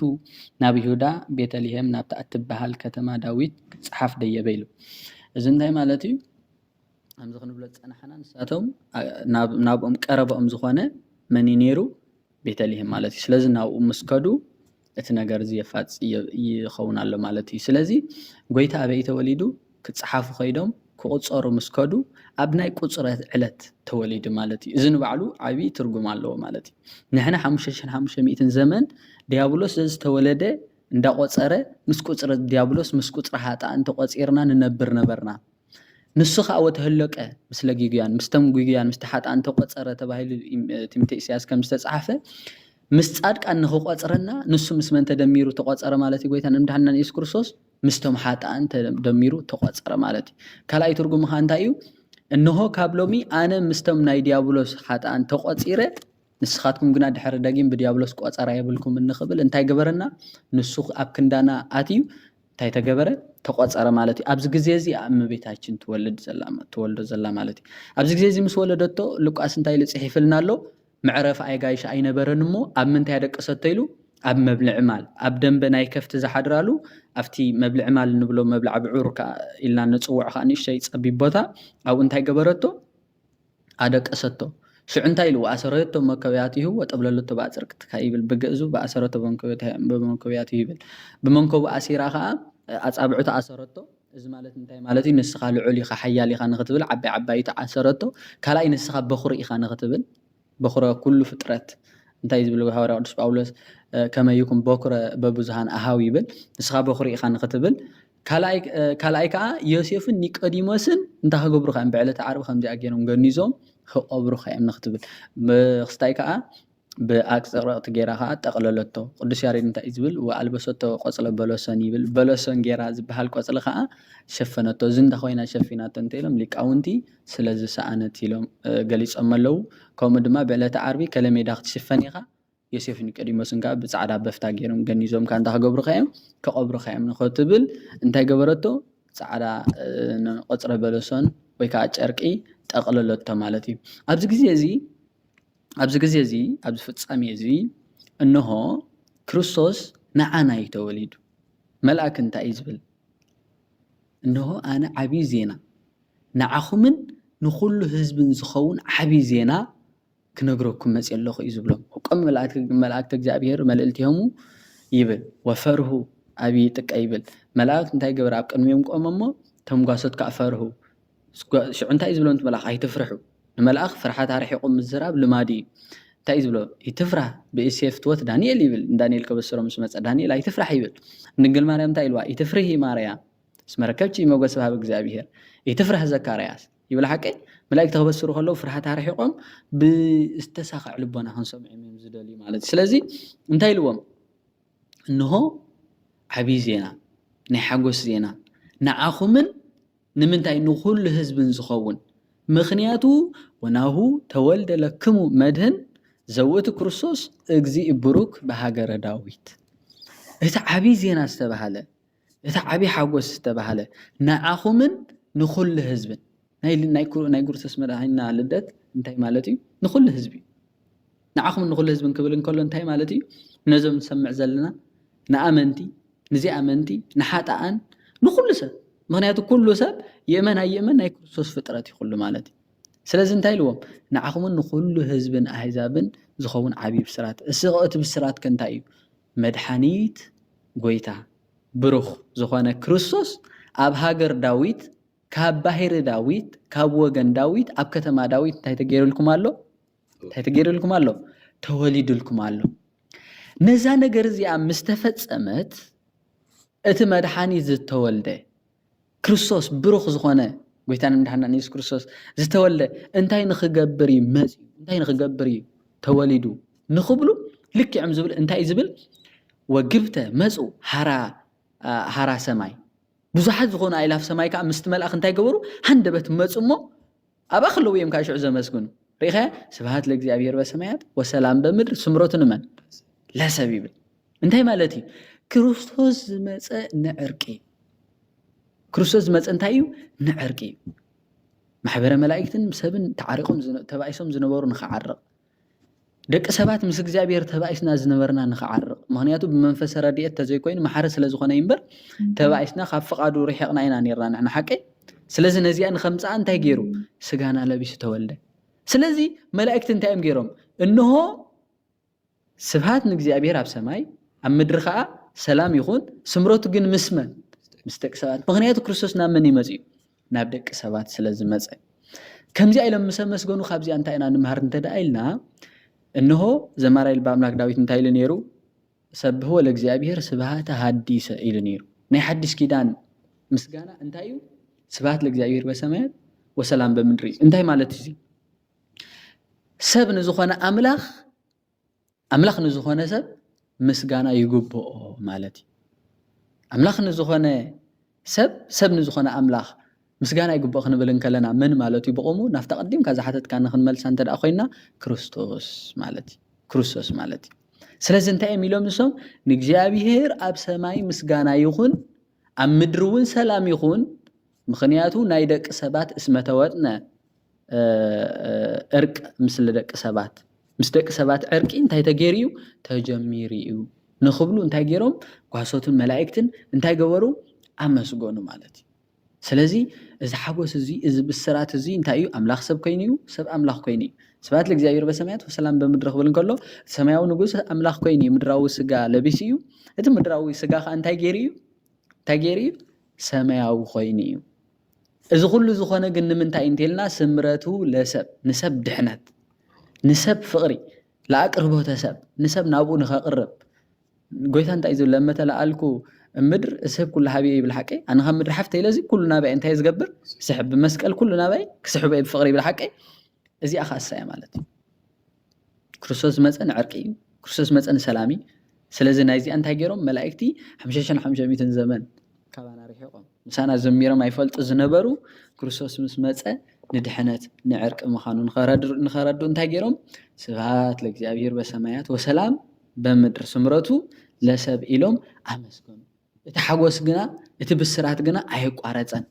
ነቶም ጓሶት እንታይ እዮም ዝብልዎም ከይድኩም እንታይ ግበሩ ረኣዩ ነቲ ህፃንካ ምስ መን ክትረኽብዎ ኢኹም ምስ ኣዲኡ ክትረኽብዎ ኢኹም ኢሎም ነቶም ጓሶት እንታይ እዮም ዝገብርዎም ኣፋነዎም እሞ መላእክቲ ናበይ ከዱ ናብ ሰማይ ዓረጉ ማለት እዩ ኣብዚኣ ስለዚ እንታይ ኢና ንርኢ ዕርቂ ተፈፀመ ስለዚ እንታይ እምበር ንሕና እንታይ ኢና ክንገብር ዘለና እንተልና ኣብ ዘመነ ልደት ኣብ ዘመን ዘለናዮ ዘመን ክርስቶስ እኳ በዲልናዮ ዝነበርና ኣምላኽነቱ ተመኒና ኣጉሂናዮ ዝነበርና ዋጋ ከፊሉ ስጋና ለቢሱ ካብ ተዓርቀና ንሕና ከዓ ምስ ኣሕዋትና ምስ ኣብ ጎረቤትና ዘሎ እንታይ ክንገብር ኣለና ማለት እዩ ክንዕረቕ ኣለና ተዓሪቕና ሽዑና እንታይ ኢና ንብል ስብሃት ለእግዚአብሔር በሰማያት ወሰላም በምድሪ ንብል ማለት ነቲ ኣምላኽ ዝኾነ ስጋ ነቲ ስጋ ዝኾነ ኣምላኽ እንታይ ንግበር ምስጋና ነቕርብ ማለት እዩ ብሓንሳብ ኮይንና ስለዚ ኣምላኽ ሰብ ኮይኑ እዩ ሰብ ከዓ ኣምላኽ ኮይኑ እዩ ንኽብሉ ዕርቂ ተጀሚሩ እዩ ዕርቂ ተፈፂሙ እዩ ንኽብሉ ቅዱሳን መላእክትን ደቂ ሰባትን ናፍቖቶም ዘውፅሉ ንእግዚአብሔር ሓድሽ ምስጋና ዘመስግንሉ ህሞት ኢና እንርኢ ማለት እዩ ብሓቂ እግዚኣብሔር ኣምላኽና ዝኸበረን ተመስገነን ይኹን ጎይታናን መድሓኒያን ኢየሱስ ክርስቶስ ኣልቦ ህዝቢ ኣልቦ ኣረሚ እዚ ህዝቢ እዚ ዝኣምን እዚ ዘይኣማኒ ከይበለ ደቂ ሰባት ጥራሕ ዘይኮነስ ሰብን መላእኽትን ሓደ ዝገበረ ናይ ሓድነት መሰረት ምዃኑ ኢኹም ከተረድኡና ፀኒሕኩም ማለት እዩ ስለዚ ኣብዚ ግዜ ልደት እንታይ ሓሪድካ እንታይ ተኸዲንካ ዘይኮነስ ነቲ ናይ ሓድነት ክርስቶስ ኣብ ፅልኡ ኮንካ ከተኽብሮ ከምዘይ ትኽእል ኢኹም ክትሕብሩና ፀኒሕኩም ክትምህሩና ፀኒሕኩም እሞ በዚ መሰረት እውን ነቶም ዝከታተሉና ዘለዉ ህዝቢ ምስቲ ተቀያይሞሙ ዘለዉ ይቕሬታ ክሓቱ ኣብ ዕርቂ ክመፁ ስለምንታይ እዚ በዓል እዚ ናይ ሓድነት ካብ ኮነ ልክዕ ከምቲ ሰብን መላእኽትን ሓደ ኮይኖም ንእግዚአብሔር ኣምላኾም ዘመስገኑ ንሕና ድማ ኣብ ዕርቂ ክንነብርን በዚ ናይ ብዚ በዓል ኣጋጣሚ ዕርቂ ክንፈጥርን ሓደራ ክብል ፈቱ ማለት እዩ መምህር ጠቂስኩማ ፀኒሕኩም ምልስ ኢልናስከ ክርስቶስ ኣብ መብልዕ ባል ምውላዱ ኣብቲ ግዜ እቲ ዝነበረ ክቁፀሩ ናብ ቤተልሔም ምስ መፁ መዕረፊ ኣጋይሽ ከም ዝሰኣኑ ኣብ መወዳእታ ከዓ ኣብ መብልዕ ማል ከም ዝተወልደ ከትምህሩና ፀኒሕኩሞ ኣብኡ እስከ መግለፂ ክትውስኹልና ክተስፍሑልና ሰናይ ምሕደሪ ኣይነበረን እወ ክግለፅ ይግብኦ እዩ ምሕደር ኣይነበረን ማለት እንታይ ማለት እዩ ሓደ ብመንፈሳዊ ትርጉም ክንሪ በቆሙ ኣጋይሽ ቦታ ፀቢቡ ኣጋይሽ በዚሖም ቦታ ኣይነበረን በቆሙ ኩሉ ሰብ ክቆፀር ከይዱ ስለ ዝነበረ መንፈሳዊ ትርጉሙ ግን እንታይ እዩ ኣይ ቤት ተሃንፁ ለይተ እዩ ንዓይሲ ኣይ ናይ ቤት ይኹም ክተሃንፁለይ ምድሪ መርገፂ እግረያ ሰማይ ከንታይ ዝፋነ እዩ ንዓይሲ ኣይ ናይ ቤት ይኹም ክተሃንፁለይ ዳበለ ጎይታ ዝተዛረበሎ እንታይ ማለት እዚ ንስኻትኩም ሲ ንዓይ ዝኸውን ቤት ክተሃንፁ ኣይትኽእሉን ኢኹም እንታይ ደኣ ኣነ ግን ብፍቓደይ እንታይ ክገብር ይኽእል ኣብቲ ንዓይ ኢልኩም ዝሃነፅኩም ክሓድር ይኽእል ንኽብል ማለት እዩ ንእግዚኣብሔር ኣምላኽ ንዑ ዝኸውን ቤት የለን ማለት እዩ ንሕና ክንሰርሕ ኣይንኽእል ኢና ነገር ግን ንሕና ብመጠን ዓቕምና እግዚኣብሔር ኣምላኽ ብዓቕምና ክግለፀልና ስለ ዝኽእል ብዓቕምና ዝሃበና ናቱ ክብሪ ናቱ ከነመስግነሉ ቦታ ስለ ዘሎ ብዓቕምና ግን እንታይ ንገብር ቤተክርስትያን ንሃንፅ ንዕኡ እውን ቤትና እውን መዕረፊትካ ትኾን ኢልና እንታይ ንገብር ኩሉ ግዜ ንፅሊ ማለት እዩ ስለዚ ምሕደር ኣጋይሽ ኣይነበረን ቤት ኣይነበረን ማለት እንታይ ማለት እዩ ንክርስቶስ ኣብ ምድሪ ንዕኡ ዝኸውን ዚስ በቃ ክርስቶስ ይኣኽለይ ካብዚ ኣይሓልፍኒ እንብለሉ ንዕኡ ዝኸውን ቤት የለን ማለት እዩ ኣብ ቤተልሔም ውላዱ ክንብል ከለና ንምንታይ ኣብ ቤተልሔም ተወሊዱ ንዝብል ሓደ ትንቢት ነይሩ እዩ ትንቢት ሚልክያስ ምዕራፍ 5 ፍቅዲ 2 እንድሕር ተሪእናዮ ኣንቲኒ ቤተልሔም ትሃቲም ነገስተ ይሁዳ እስመ እምኔት ይወፅእ ንጉስ ዘይረእዮም ለህዝቢ እስራኤል ይብል ሓቀ ኣቲ ቤተልሔም ንስኽሲ ካብዘን ኩለን ናይ ይሁዳ ኣውራጃታት ዘለዋ እንታይ ትገብረን ይኺ ኣይትንእስን ይኺ ንህዝበይ ዝጓሲ ንህዝበይ እንታይ ዝገብር ብበትሪ ሓፂን ገይሩ ዝጓሲ መጓሲ ካባ ክፅኑዕ ንጉስ ተሃገብር ክወፅእ ኢልዋ ነይሩ እዚኣ እዚ ዝተዛረቦ ሚልክያስ ኸይኑ ሓና እምበር ሚልክያስ እንታይ ይብል ትምህርቲ ውዒሉ ክምለስ በኣ ክሓልፍ እንከሎ ኣራዊት ሰልጢንዋ ዋሻን ጣሻን ኮይና ብኡ ረኣያሞ እንታይ ገበረ ሓዘነ ረኣያሞ ንስኽሲ ከምዚ ኣልክስ ኣይትነብረን ኢኺ ካብዞም ኩለን ትርእየን ዘብለጭልጫ ዘለዋ ነጋውስ ዘለዎን ክፍልታት ናይ ይሁዳ እንታይ ትገብረኒ ኢኺ ኣይትንእሽን ኢኺ ንስኺ እንታይ ክትገብሪ ኢኺ ንጉስ ክነግሰኪ እዩ ነጋሪት ክህረመኪ እዩ ኢልዋ ድኳን ክትከለልኪ እዩ ኣሕዛብካ ኣብ ደጅኺ ክፀኒዑ ኢሉ ትንቢት ተናጊርላ ነይሩ ማለት እዩ ንግዚኡ ዘሩባቤል ነጊስላ ነጋሪት ተሃሪምላ ገለ እዩ ንፍፃሚ ግን እንታይ እንተልና ክርስቶስ እንታይ ገይሩ ኣብኣ ተወሊዱ እንሆ ነጋሪ ዝተባህለ ድምፂ ምስጋና መላእክትን ምስጋና ጓሶትን ኣብኣ ተስተገይሩ ድንኳን ዝተባህለ ሰማያዊ ብርሃን ኣብኣ ተተኺሉ ኣሕዛብ ኣብኡ ደጅ ክፀንዑልክ እዮም ዝተባህለ ከዓ እንሆ ዓመት ካብሎም ከይተረፈውን ሰብ እንታይ ይገብር ንቤተልሔም ኩሉ ልደት ኣበይ ዘኽብር ኣብኡ እንዳኸደ ይኽብር ማለት እዩ ስለዚ ነዚ ዘረድእ ቤተልሔም ማለት ብቆሞ ትርጉሙ ቤተ ህብስት ማለት እዩ እዚ ዘውፃሉ ከዓ ካሌብ እዩ ካሌብ ኣብ ምስ ሰሎሞን ዝነበረ እዩ ምስ ሙሴ ዝነበረ እዩ ድሓር ሙሴ መይቱ ኣብ ዘመን ምስፍንና ኢያሱ እንታይ ዝብል እንሆ እዚኣ ቦታያ ነይራ ንቤተልሔም ማለት እዩ ቦታያ ነይራ ሙሴ ከሎ ቦታያ ነይራ ናይ 40 ዓመት ሕጂ እውን ቦታያ ስለዚ ኣነ ጉልበተያ ያረገን ክሰርሓ ከልማዕ ይኽእል ይሃበኒ ኢልዎን ኢያሱ ከዓ ሂብዎ ግን ካብዚ ፈትዎም ዓሌት ወይ ከዓ ካብ ኣሕዛብ ሰበይታ ኣመርዓዎ ንሳ ግን ስለዘይፈትዋ ዝነበረ ነታ ከተማ ብሽማ ኣይፀዋዓላን ቀፂሉ ግና ከብታ ትበሃል ሓንቲ ሰበይቲ የእተወ ካሌብ ድሓር ነታ ቦታ ቤተልሔም ቅድሚ ቤተልሔም ባላ ከብታ ተባሂላ ተፀውዐት መጀመርታ ማለት እዩ ከብታ ማለት እንታይ ማለት ቤተ ስብሃት ማለት እዩ ቤተ ስብሃት ማለት ከዓ ቤት እመቤታችን ስብሃት ከዓ ክርስቶስ ይኸውን ምሳሌ ማለት እዩ ድሓር ቀፂሉ ኤፍራታ ትበሃል ሰበይቲ ተመርዓወ ኤፍራታ ማለት እንታይ ማለት እዩ ፀዋሪተ ፍሬ ማለት እዩ ስለዚ ብስማኻ ኤፍራታ ዝብል ከዓ ፀዊዕዋ ነይሩ ቤተልሔም ቅድሚ ቤተልሔም ምዃና ማለት እዩ ንኤፍራታ ምስ ተመርዓወ ግና እዚ ዝፈትዋ ነይሩ ካብኣኻ ህፃን ወለደ ፀዋሪተ ፍሬ ኢልና ኢና ፀዋሪት ናይ እመቤታችን ፍሬ ከዓ ፍሬ ህይወት መን እዩ ክርስቶስ እዩ ማለት እዩ ድሓር ካብታ ዝፈትዋ ኤፍራታ ሓደ ህፃን ወለደ እቲ ህፃን ከዓ ክውለድ ከል ኣብ ዝውለደሉ ዝነበረ ዓመት ከዓ ንካሌብ እንታይ ከበሮ እንጀሩ ሰፍሓሉ እንጀራሲ ሊቃውንቲ እዮም ዝብሉ እንጀራ ኣገባ ብሎት ነበር ይብሉ እንጀሩ ሽሻይ በርኪትሉ ነበረ እሞ እንታይ ኢልዎ ሽሻይ በርኪቱ ንኽብል ሊሄም ኢልዎ ማለት እዩ ሊሄም ማለት እንታይ ማለት ህብስት ማለት እዩ ስለዚ ብሊሄም ከዓ እንታይ ተባሂላ ቤተልሔም ተባሂላ ማለት እዩ ስለዚ ቤት ናይ እመቤታችን ህብስት ወይ ከዓ ሊሄም ከዓ ናይ መኒ ናይ ጎይታ ህብስተ በረከት ህብስተ ህይወት እንብሎ ክርስቶስ ኣምላኽና ማለት እዩ ስለዚ ጎይታ ኣብ ቤተልሔም ክውለድ ዘድለየ ሓደ ትንቢት ነይሩ ናይ ሚልክያስ ከምዚ ኣቐዲምና ክንብሎ ዝፀናሕና ካልኣይ ክርስቶስ በጊዕ እዩ በጊዕ ነባቢ እንስሳ እዩ ምክንያቱ እንስሳ ኮይኑ ንመን ይኸድሕን መፅኢ ንዓና ይኸምፅ እንስሳ በይኹለ ዘሎ ኣብ ናይ እንስሳ ቦታ ማለት እቲ ቀንድን ዋናን መንፈሳዊ ትርጉሙ ግና ዳዊት እንታይ ኢሉ ደቂ ሰባት ሲ ክብሮም ብዘይምፍላጦም ከም እንስሳ ኮኑ ኢሉ ሓቀይ ንሕና ከም እንስሳ ተዋሪድና ነርና ንሕና ተራቆይትና ነበርና ተናዒቕና ነበርና ደንበ እንተሪኢኻዮ ናይ ኣሓ ዝሓድራሉ ዝበልዓሉ ንሳኡ ሸና ኣው በልዓዊ ድቅሳው ገለ እዩ ምክንያቱ ንሓደ ክቡር ጋሻ ኣብኡ ክትቅበሎ ይትብልኒ ኢኻ እንታይ ደኣ ኣብ ደንበ ክትሕድሮ ተኾንካስ የኒ ሰብ ክማንስ የለን ሓቀይ ገለ ኢኻ ፀጊዕኻ ክትበኢኻ ገዛ ወይ ገለ ስለዚ ንሕና ተናዒቕና ተዋሪድና ነበርና ብኣተሓሳስባና እንስሳዊ ኣተሓሳስባ ኮይኑ ነበረ ማለት እዩ ብፍላይ ኣብ ዘበነኑ ኣብ ሰብኣ ነነዌ እንድሕር ተሪእናዮ ወይ ሰብኣ ጎመራ እንድሕር ተሪእናዮ ሓጢኣቶም እንታይ እዩ ልክዕ ካብ ናይ እንስሳ ዝገድድ እንስሳ ካብ ናቶም ስርዓት ወፂኦም ኣይፈልጡን እዮም ንሕና ደቂ ሰባት ግን ልክዕ ዘለናዮ ዘመን ዝገልፅ ማለት እዩ ኣብ ዘለናዮ ዘመን እንዲያም ፃእን ባቢሎን ተባሂሉ ከም ሎጥ ክስበኸልና እቲ ዝበለፀ ነይሩ ማለት እዩ ስለዚ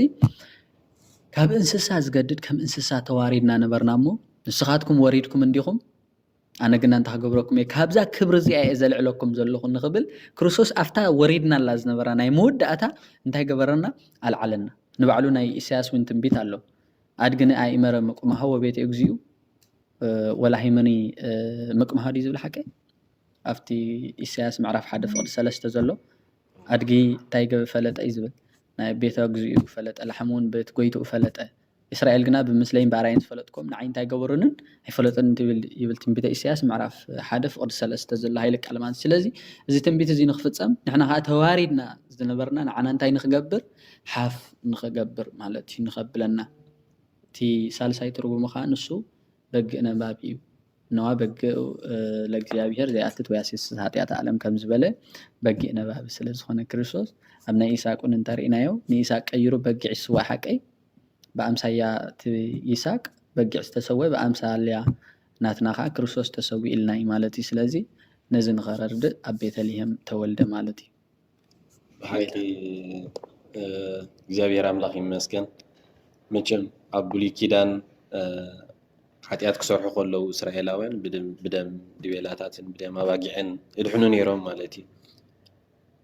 ኮይኑ ሕጂ ክርስቶስ ኣብ ማእከልቶም ንመስዋእቲ ናይ ብሉይ ኪዳን ዝቐርቡ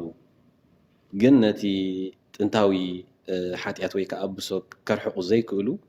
ኣብ ማእከሎም ተወሊዱ ልክዕ ከምቲ ዮሃንስ ዝበሎ ነዋ በግኡ ለዓለም ዘይኣትት ሓጢአት ኩሉ ዓለም ዝበሎ ሓጢአት ኩሉ ዓለም ዘርሕቕ ንሱ እቲ ገንሸል ኩሉ ዓለም ምዃኑ ካብቶም ካልኦት ገንሸላት ዝተፈለየ ምዃኑ ዝተፈለየ ገንሸል ኣብ ማእከልቶም ገንሸላት ምውላዱሲ ብሓቅስ ነዚ ክትጥምቶ ተኾንካሲ ቤተ ክርስቲያንና ብመንፈስ ቅዱስ ተመሪሓ ከም ዝዘብራኩምና ትገልፀልካ ኣላ እምበር መብዛሕትኡ ግዜስ ብኸምኡ ዓይነ ኣይትጥምቶን ኢኻ ማለት እዩ ካልእ ዘደንቕ ክርስቶስ ኣብ መብልዒ ማል ምውላድ እዩ ማለት እዩ መብልዒ ማልሲ ኣሓ ዝበልዓሉ ቦታ እዩ ኣይኮነን ክርስቶስ ባዕሉ ከዓ ኣብ ወንጌል ዮሃንስ ምዕራፍ 6 እንታይ ኢልና ኣሎ ካብ ሰማይ ዝወረደ ናይ ህይወት እንጀራ ኣነ ይልና ማለት ስለዚ ብሓቂ ዘደንቕ እዩ ሰይጣን ዝተጣበበ መሲልዎ ተመን ተመሲሉን ሄዋን ኣውዲቕዋ ግን እቲ ናይ ክርስቶስ ናይ እግዚአብሔር ኣምላኽ ምስጢራዊ ጥበብን ግን ብጣዕሚ የደንቐካ ማለት እዩ ስለዚ እግዚአብሔር ኣምላኽ ይመስገን ከምዚ ጌርኩም ስለ ዝገለጽኩምና ካልእ ኣብ ልደት ክርስቶስ ካብ ምብራቕ ዝመፁ ሰብኣ ሰገል ነይሮም ምምፃእ ናይዚኦም ሰብኣ ሰገል ከምኡ እውን ንጉስ ሄሮድስ ነዚ ዜና እዚ ምስ ሰምዐ ኣብ መንበሩ ከሎ ምሽባሩ እዚ ከቤተ ክርስቲያንና ብኸመይ ትገልፆ ሰናይ على هوت يسمعلنا እግዚአብሔር ስራ ሁሉ ስማ ጸዋውዑ ክብር ምስጋና ንዕዩ ይኹን ነው እንታይና ንገልጽ ዘለና እግዚአብሔር ደቂ ሰባት ወይ ካን احنا ምእመናን ናይ ክርስቶስ ዝሃበና ውዕለት ተረዲእና ዝያና ኣብ እግዚአብሔር ዘለና ቀርበት ንኸነረዲእና ንገልጽ ዘለና ሓቂ ዶ ስለዚ እንታይ እዩ ድሕረ ከመጻየ ናይ ሰብኣ ሰገልን ናይ ሄሮድስን ብሓጺሩ ክንገልጾ ከለና ወለድና እንታይ ይብሉ አቢድካ ዘሎ ወርቅሲ ዳርጋ እንታይ ይብሉ ዳርጋ ጨርቅ ማለት እዩ ስለዚ አቢዶም ወርቂ ነይሩና ይሁዳውያን ነገር ግን እንታይ ኮይኑዎም ከም ጨርቁ ኳስ ኣይራኣይዎን ማለት እዩ እዛ ቀዲምካ ክትገልጸ ፀናሕኻ ናይ ቤተልሔም ግና ክርስቶስ ህብስቲ እዩ ህብስት ስለዝኾነ ህብስተ ህይወት ስለዝኾነ ከዓ ኣብቲ ቤተ ህብስት እንታይ ተገበረ ማለት እዩ ተወለደ ማለት እዩ ናይ ሰብአ ሰገል እንድሕር ተሪእና ወንጌል ማቴዎስ ኣብ ምዕራፍ 2 ኣቐሚጥልና ኣሎ ብግልፂ ወተወሊዱ እግዚ ኢየሱስ በመዋዕለ ሄሮድስ በቤተልሔም በመዋዕለ ሄሮድስ ንጉስ ወመፁ መሰግላን ወመፁ ምስራቅ መሰግላን ይብል ሓቂ ካብ ምስራቅ ከዓ ጠቢባን ዝኾኑ ሰባት መፁ ወበፅሑ ኢየሩሳሌም እንዘይብሉ ኣይቲሃሎ ንጉሰ እስራኤል ዘተወልደ ንጉስ ኣይሁድ እንዳበሉ ከዓ ናብ እስራኤል በፅሑ ወሰበሰማ ሄሮድስ ደንገፀ ወሰንበደ ይብል እንታይ ማለት እዩ ክርስቶስ ኣብ ቤተልሔም ዝተወለደ እቲ ዝተወለደሉ ክርስቶስ ዘመን ከዓ ብዘመን ሄሮድስ ንጉስ ነይሩ ኣብዚ ግዜ እዚ ሰብአ ሰገል ዝበሃሉ ሰብ ጥበብ ካብ ምብራቅ መፁ ይብል እንደገና ድማ ኣብ ኢየሩሳሌም ከዓ በፅሑ እንታይ እንዳበሉ እቲ ንጉስ ኣይሁድ ዝኾነ ዝተወልደ ህፃን ኣበይ ኣሎ እንዳበሉ ማለት እዩ ነዚ ሰሚዑ ሄሮድስ ፈርሃ ደንገፀ ወተሃውከ ኢሉ ወኩለ ኢየሩሳሌም ምስሊሁ ኢየሩሳሌም ከዓ ኩላ እታ ህዝቢ እታ ከተማ እቲ ምስቲ ንጉስ እንታይ ተገበረት ተጨነቀት ተሸበረት ማለት እዩ ኣብዚ ንመሃሮ ሰብአ ሰገል ካብ ምስራቅ መፁ ናበይ ህፃን ተወሊዱ ንጉስ ተወሊድ ኢሎም ኣብ ቤቶም ከዓ ንጉስ ተወለደ ሰባት ከዓ ኣለዉ ሓቀይ እንዴ ስለዚ ብድብድብ ክንሪኦም ከለና ክርስቶስ ምሳና ከሎ ኣብ ቤትና ከሎ እንታይ ንገብር ካብ ደገ ክደልይዎ ዝኸዱ ሰባት ኣለዉ ልክዕ እዚ እንታይ ማለት እዩ ክርስቶስ ኣብ ወንጌል ማቴዎስ ምዕራፍ 24 ካብ 32 ናትሒዙ ንኒሄ ዘሎ እንታይ ይብል ክርስቶስ ኣብ ምድረ በዳ ኣሎ ተበልኹም እንታይ ትግበሩ ኣይትእመኑ ክርስቶስ ኣብ ቤት ኣሎ ተበልኹም ህብስቲ ኣበርኪት የብልዓሎ ተበልኹም እንታይ ትግበሩ ኣይትእመኑ ናይ ወዲ ሰብ ምምፃእ ልክዕ እንታይ ይኸውን ከምቲ መብረቕ ክበረቕ ከሎ ብምብራቕ ተጀሚሩ ክሳብ ምዕራብ ዝስማዕ ናይ ወዲ ሰብ ምምፃት ከዓ ከምኡ ይኸውን ኢልዎ ማለት እዩ ስለዚ እንታይ ኢና ንርኢ ናፍቆት ናይ ሰብአ ሰገልን ትዕቢት ናይ ሕጊ ፈሪሳውያንን ናይ ሄሮድስ ኢና ንርኢ ኣብዚ ምክንያቱ ንሳቶም 2 ዓመት ተጓዒዞም ሄሮድስ ድሒሩ ሓቶም ከሎ ሄሮድስ እንታይ እዮም ዝብልዎ 2 ዓመት ጌርና መዓስ ኢኹም ሪኢኹምዎ ትኸኸብ ምስ በሎም እንታይ እዮም ዝብልዎ 2 ዓመት ጌርና ኢልዎ ናይ ክርስቶስ ልደት ንኸብዕሉ 2 ዓመት ተጓዒዞም ናይ 20-30 ሰከንድ ዘይትኸውን ካብ ገዝኦም ከሎ ከዓ 2 ዓመት ኣይረኣይዎን ኣይፈለጡን እንደገና ከዓ ተወሊድ ምስ ተባሃለ ከዓ ተሸቢሮም ማለት እዩ ስለዚ እዞም ሰብአ ጥበብ እዚኣቶም ኣመሃ ሒዞም ወርቂ ሒዞም እዮም ዝመፁ ኣመሃ ማለት ንእግዚአብሔር ኣምላኽ ዝኸውን ህያብ ነቲ ህፃን ዝተወለደ ዝኸውን ህያብ ሒዞም እዮም ዝመፁ ስለዚ ኣብ ኢየሩሳሌም ምስ በፅሑ ሄሮድስ ምስ ሓተትዎ ሄሮድስ ተጨኒቁላ ኢየሩሳሌም ተጨኒቃ ሄሮድስ ግን እንታይ ኢልዎ ተንኮለኛ ሰብ መቸም ጠቢብ እንዲ እንታይ ገይርዎ ነቶም ነገስታት በዚ ፅንሕ ኢሉ ነቶም ካህናትን ፈሪሳውያን ኣኪቡ ዋ ክርስቶስ ዝበሃል ኣበይ እዩ ዝውለድ ኢልዎ ንሳቶም ከዓ እንታይ ኢሎም ብነቢ ከምዚ ዝብል ፅሑፍ ኣሎ ኣቲ ቤተልሔም ካብ ኩለን ናይ ይሁዳ ክፍለ ግዝኣት እንታይ ትገብርኒ ኢኺ ኣይትንእስን ኢኺ ምክንያቱ ኣባኽን ህዝበይ ዝጓሱ ንጉስ ክውለድ እዩ ዝብል ኣሎሞ ኣብ ቤተልሔም ኢሎሞ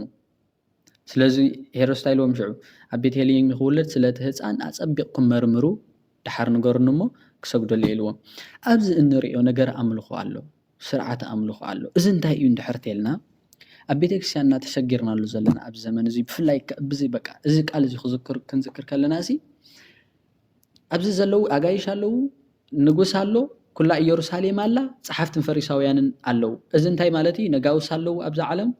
ኣጋይሽ ንወንጌል ጋሻታት ዝኾኑ ሰባት ኣለው ካህናት ዲያቆናት ማህበር ኣለው ምእመናን ኣለው እነዚኦም ኣርባዕተና እዮም ዝውክሉ ማለት እዩ እዚ ብኣርባዕተና እዮም ዝውክሉ ክንብል ከለና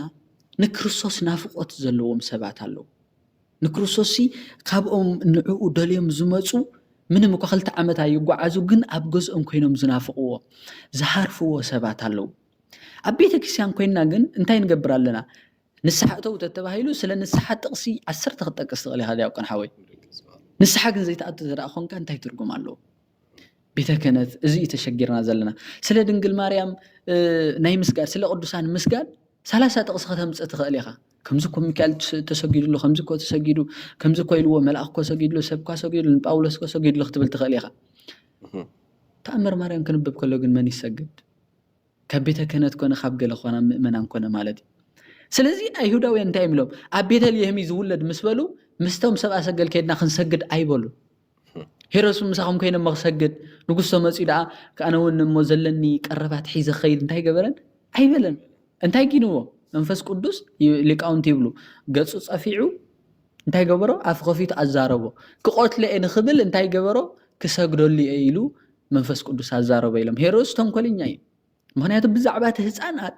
ዕድሚኡ ኣጸቢቑ ሓቲቱ ድሓር ከዓ ኣብ ዘለዉ ኩነታት ንኽነግርዎ ከዓ ኣጸቢቕኩም ጠይቁ ጥዩቅ ኢልዎም ኣጸቢቕኩም መርምሩ ማለት እዩ ስለዚ ንሕና ክንሪኦ ዘለና ስለ ዕርቂ ክበሃል ከሎ ሕጂ ብልደት ዕርቂ ይቕረበል እዩ እንታይ እዩ ጎይታ ኣብ ወንጌል ዮሐንስ ምዕራፍ 13 ፍቕዲ 33 ክሳብ 34 እንታይ ዝብል وهبكم حديثة إزازة كما تتفاقروا أنتم ببيناتكم لما تفاقركم أنتم ببيناتكم تكونوا ولدو لأبوكم زب السماياتي بالحق نحدث كده مسارة زي مخنيات فقري إتي رئيس مأذن زخنا كريستوس فقريو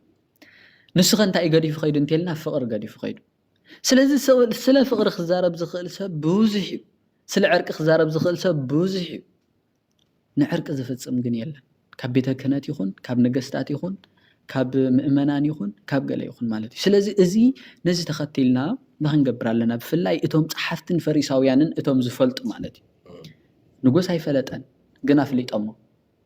እቶም ኢየሩሳሌም ዘለዉ ህዝቢ ዘይክፈልጡ ክእል እዮም እቶም ጸሓፍትን ፈሪሳውያን ግን ፈልጡ እንታይ ማለት እዩ ቤተ ክህነት ይፈልጥ ኣሎ ታክንገብር ኣሎ ክሰግድ ኣሎ ታገብር ኣሎ ክዕረቕ ኣሎ ታገብር ኣሎ ክንሳሕ ኣሎ ማለት እዩ ኣብዚ ንሪኦ ነዚ ኣነ ንስኻን ብዛዕባ ዕርቂ ተዘራሪብና مس خست حو أبدأ جزل حوي تبعي سنت ده أحلي ننخد جن حن لك أنا أخرق علني سلا فقري لا سبخ اللي يبلين كم يجرم مخسبخي سلا زبيتها كانت نزنا جرزي كسر حلي جباب كبرنا قديفنا ندخن جبر لنا كبري جزابير كنر لنا هكى سلا زي نزينا نري كم زي مسبلو أبي يزبلهم أبي يروساليم كل ديو مسبلهم اللي كأنت جناب زي زقدف كوك على الله ኣይሄዳ እዞም ሰብኣ ሰገል ስንተ ኮይኖም እዮም ዝተወልደ ኣምላኽ ዘይበሉ ወይ ከዓ ዝተወልደ ህፃን ዘይበሉ ስም ማእከላዊ ተገሊጹሎም ሲ ዝተወልደ ንጉስ ዝበሉ እንታይ ኢሎም መንፈስ ቅዱስ ስም ማእከላዊ ገሊጹሎም ስም ንጉስ በሉ ኢሉ ምኽንያቱ ይብል ህፃን ተዝብሉ ነይሮም እቶም እስራኤላውያን እንታይ በልዎም እዮም ጥዑያት ኣይኮኑን ኣብ እስራኤል ዳእሞ እልፊ ተወሊዱ እልፊ ሞይቲ ይሓድር ኣይነ ህፃን መሆኑ ብለ ኢና ንበሉ ኣምላኽ ተዝብልዎም ከዓ ኣያሽድ ኢኹም ኣምላኽና እንታይ እዩ ኣብ ሰማይ ኣለው أملاك أنت خاينو خميلو خولد كميلو إلهم دايم جبرنيرا أي ما أمنوا ما سيد حرقن سم ما أكلوا تجلس لهم نجوس أيهود تتولد إلهم مالتي أبن دري هيرودس شبرون انتايو نجوس كمت ستر أخوين نجوس كنجس ستر أخوين نجوس كيك أتل انتاي جبرني أي نجسني سلزي ولا نايب إلى أصلا نكون ترينا ينتاي منجس تتجنيقو መንግስት ይስካብዝ ምድር እዚ ኣይኮነትን ኳዋላ እንተ በለስ ታይ ገበሮን ሄሮስ ኣይ ኣመኖን ማለት እዚ ጲላጦስ ማለት ስለዚ ናይ ክርስቶስ መንግስቲ ሰማያዊ ንግስነት እዩ ከም ናይ ሄሮስ ኣይኮነን ምድራዊ ንግስነት ማለት እዩ ስለዚ ነዚ ግን ስለ ዘይተረድኦ ንኽቆትሎ እንታይ ገበረ ሓሰበ ማለት እዩ ስለዚ ኣብዚኣ ናይ ሰብኣ ሰገል ናፍቆትን ናይ ሄሮድስን ናይ ኢየሩሳሌም ምሽባርን እንታይ እዩ ዘምፅእ እንተልና አንተ እውን ኣብ ተኣምረ ኢየሱስ ننبب نيرنا حكي انت يزبلا أخوة كريستوس مستولد أجاننت بملؤ متى جبر تجنق حكي سلزم مجنا نأيهود لماد نأيهودس لمادي نأجاننت لمادي لدت انت أجبر كازلو يتران فك مشبار مفنج على مفرح جد نايلدت ويكان كريستوس هو جنتر أخونك أيكونن مالتي ناب كريستوس زمت السلام ناب كريستوس زمت عرقي ناب كريستوس زمت حجوس هنايتو انت رينا عنده ملائكتن قاستن انت أمجرو ክርስቶስ ተወሊድዩ ዓብዚ ህና ሓጎስ ኣለና ንሱ እንታይ እዩ ብሩኽ ዝኾነ እግዚ ጎይታ ክርስቶስ ተወሊድዩ ስለዚ ንእግዚአብሔር ኣብ ሰማይ ምስጋና ይኹን ኣብ ምድር እውን ሰላም ስምሮቱ ከዓ ምስመን ምስ ደቂ ሰባት ነብሎ ኣመስጊኖም ማለት እዩ ስለዚ ማሕበረ ካህናትን ማሕበረ ምእመናንን ኩልና ሰብ ስልጣን ይኹኑ ካብ ሄሮድስ ካብ ዞን ሰብኣ ሰገልን ናፍቆት ናይ ሰብኣ ሰገልን ምርባሽ ናይ ኣጋንንትን ናይ ሄሮድሳውያንን ኢና ንርኢ ማለት እዩ ስለዚ ንሕና ከዓ ከም ሄሮድሳውያን ዘይኮንና ኣብ ልደት لك خمسة بقى سجل كنا جت بركتنا حيزنا عيتي هالو نجوس إسرائيل زتولد عيتي هالو نجوس أنا جست زتولد نقولنا خمسينا تهنجبر لنا نمسجن مالته يكافت مسجنا ونتايزل يوم في الساعة وكنا بأنت الدوت لجزينا أنا بالحكي قيتاس لستولد لهم ما أنت حجوس إنا نقول سلزي قبل الدات جزي مش أنا مش بار ናይ ክርስቶሳውያን ወገን ኣይኮነን ናይ መንዳዩ ናይ ሄሮድሳውያን ናይ ኣጋንንቲ ወገን ማለት እዩ ስለዚ ሰብኣ ሰገል ከምዚ ገይሮም ካብ ሄሮድስ ሓቲቶም እቲ ዝተወልደሉ ምስ ፈለጡ ናብኦም ዘቕንዑ ናብ ቤተልሔም የቕንዑ ማለት እዩ ኣብ ቤተልሔም ምስ ከዱ እቲ መሪሕዎም ዝመፅእ ናይ 2 ዓመት ኮኸቡን እንታይ ዝገብሮም መሪሕዎም ይመጽእ እሞ ኣብኡ ምስ በጽሕፍቲ ቤተልሔም ከዓ ተራእዮም ምስ ራእይዎ ከዓ ተሓጎሱ ኣንፈርኣፁ ሰብኣ ሰገል ሓቂ ኣምፁ ኣብ መሓመድ ምመይና ንብላ ሓቂ ኣንፈርኣፁ በቃ ተሓጎሱ ምክንያቱ 2 ዓመት ዝመርሐና ኮኸብሲ ክሳብ ሕጂ ገና እስቲል እንታይ ገበረና ኣይተፈለየናን ኢሎም ድሓር ወረከብዋ ለማርያም ምስለ ህፃና ይብል ድንግል ማርያም ከዓ ምስ ህፃና ሓቂፋ ምስ ህፃና እንታይ ገበርዋ ረኸብዋ ይብል እሞ ወሰገዱ ሎቱ ይብል ኣብዚ ከዓ እንመሃሮ ነገር ኣሎ እቶም ነገስታት ኣብ ደንቢ ኣብ መምልዕማል ኣብ ዝተጫማለቀ ስፍራ ኣብ ረሳሕ ቦታ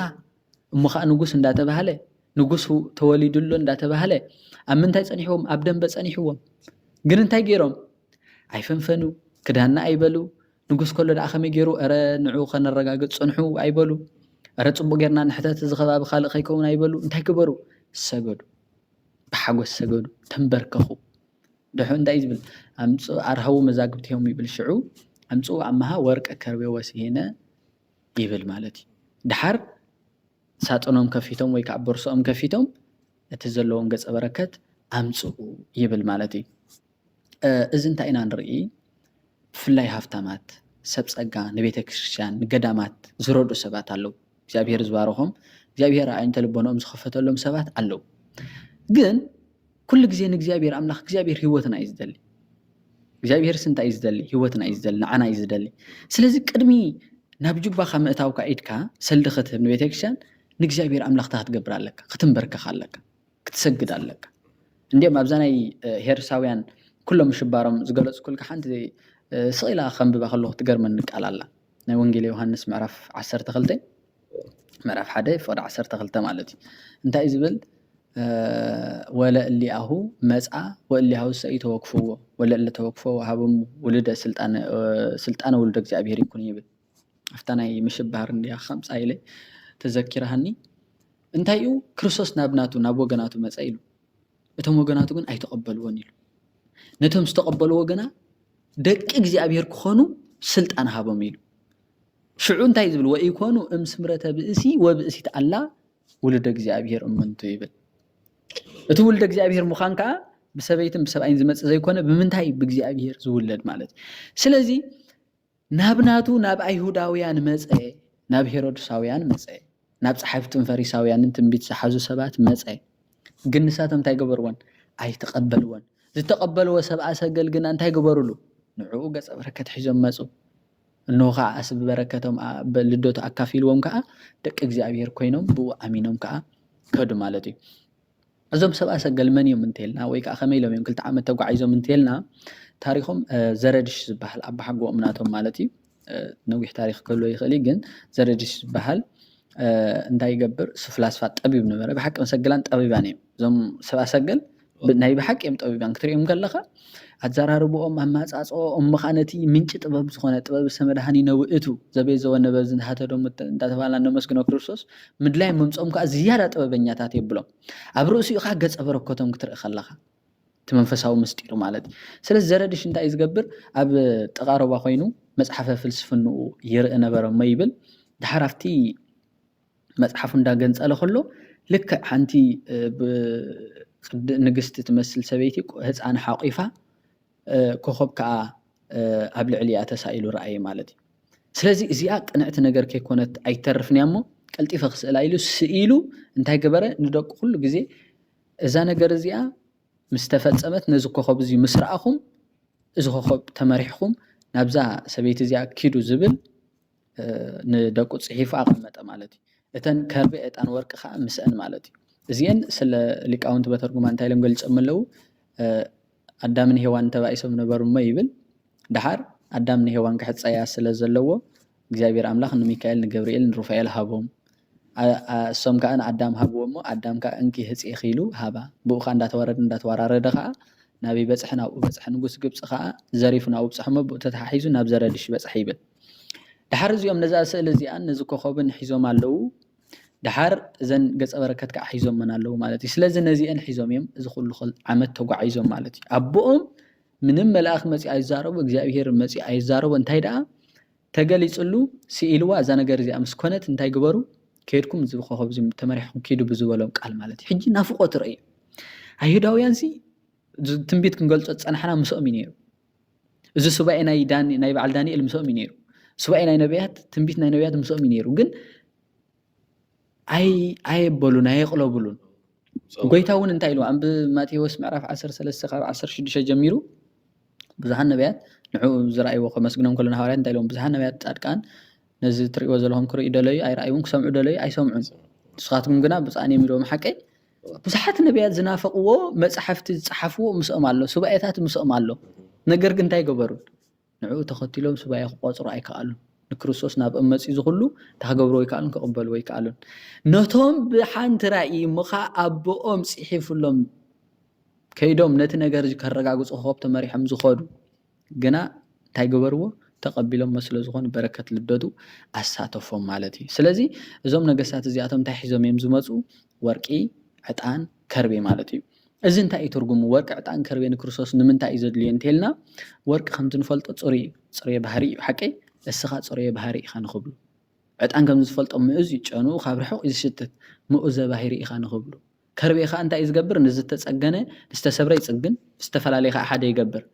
ማህበረ መላእክት ወሰብ ተፈላለዮም ዝነብሩ ሓደ እትገብር ኢኻ ንኽብሉ እንታይ ገበርሉ ወርቅን ዕጣን ከርቤን ንክርስቶስ አምላኽና እንታይ ገበርሉ ማለት እዩ አምጽኡሉ ማለት እዩ አንድም ኢሉ ወርቂ እንታይ እዩ ወርቂ ጽሩይ እዩ በአኻ ዝኣመኑ ምእመናን ካ እንታይ እዮም ጽሩያነ ምግባር ወሃይማኖት እዮም ዕጣን መዓዝኡ ጥዑም እዩ በአኻ ዝኣመኑ ምእመናን ምኡዛነ ምግባር ወሃይማኖት እዮም ክብሉ ከርቤ ከዓ መሪር እዩ ጨንዎ ከለኻ ከርቤ ኣብ ዓርብን ነብለ መሪር እዩ እስኻ እንታይ ለሞ መሪር ሞት ምእንቲ ደቂ ሰባት ኢልካ ክትቅበል ኢኻ ብዕለት ዓርብ ንኽብሉ ማለት እዩ አንድም ኢሉ እውን እንታይ ይብል ወርቂ ዝሃብዎ የሚሎም ሊቃውንቲ እዚ ወርቂ እዚ እንግብረሎም ዝነበርና ነገስታት አቀዲሞም ፍጡራት እዮም ድሓርካ ዝሓልፍ እዮም ንስኻ ግና አቀዲምካ ዘይተፈጠርካ ድሓርካ ዘይተሓልፍ ኢኻ ንኽብሉ ወርቂ ሃብዎ ይብሉ ዕጣንካ ዕጣን እናዓጥኖም ነበርና ጣዖታት አቀዲሞም ብሰብ ዝተሰርሑ እዮም ድሓርካ እንታይ ገብሩ እዮም ዝፈርሱ ዝሓልፍ እዮም ንስኻ ግና አቀዲምካ ዘይተፈጠርካ ፈጣሪ ኢኻ ሕልፈትካ ዘይብልካ ኢኻ ንዓኻ ሓቀኛ ዕጣን ይግባእካ ንኽብሉ ከርቤ ዘምጽኡሉ ኸ ኢሉ ንስኻ ምንም እኳ ዘይተፈጠርካ እንተኾንካ ምንም እኳ ፈጣሪ እንተኾንካ ንደቂ ሰባት ክትብል ግን መሪር ዝኾነ ሞት ክትመውት ኢኻ ንኽብሉ ከዓ መሪር ዝኾነ ሓሞትካ እንታይ ገበሩ ኢሉ አምጽኡሉ ኢሉ ማለት እዩ ቀጺሉ ሃይማኖት ወርቂ ናይ ሃይማኖት ዕጣን ናይ ተስፋ እዚ ከርቤኻ ናይ ፍቕሪ እዩ ሃይማኖት ፍቕሪ ተስፋ ናትካ ገንዘብ እዮም ንኽብሉ ማለት ሐዋርያ ቅዱስ ጳውሎስን ኣብ ቀዳማይ ቆሮንጦስ ምዕራፍ 13 ሕጂ ድማ እምነት ተስፋ ፍቕሪ ኣለዎ ካብዚአን ግና መን ተዓቢሉ ፍቕሪ ተዓቢሉ ማለት ስለዚ እዞም ሰለስተ እዚኣቶም እንታይ እዮም ገንዘብካ እዮም ንኽብሉ ቀጺሎም እውን እንታይ ይብሉ መተርጉማን ወርቂ ናይ ምንታይ እዩ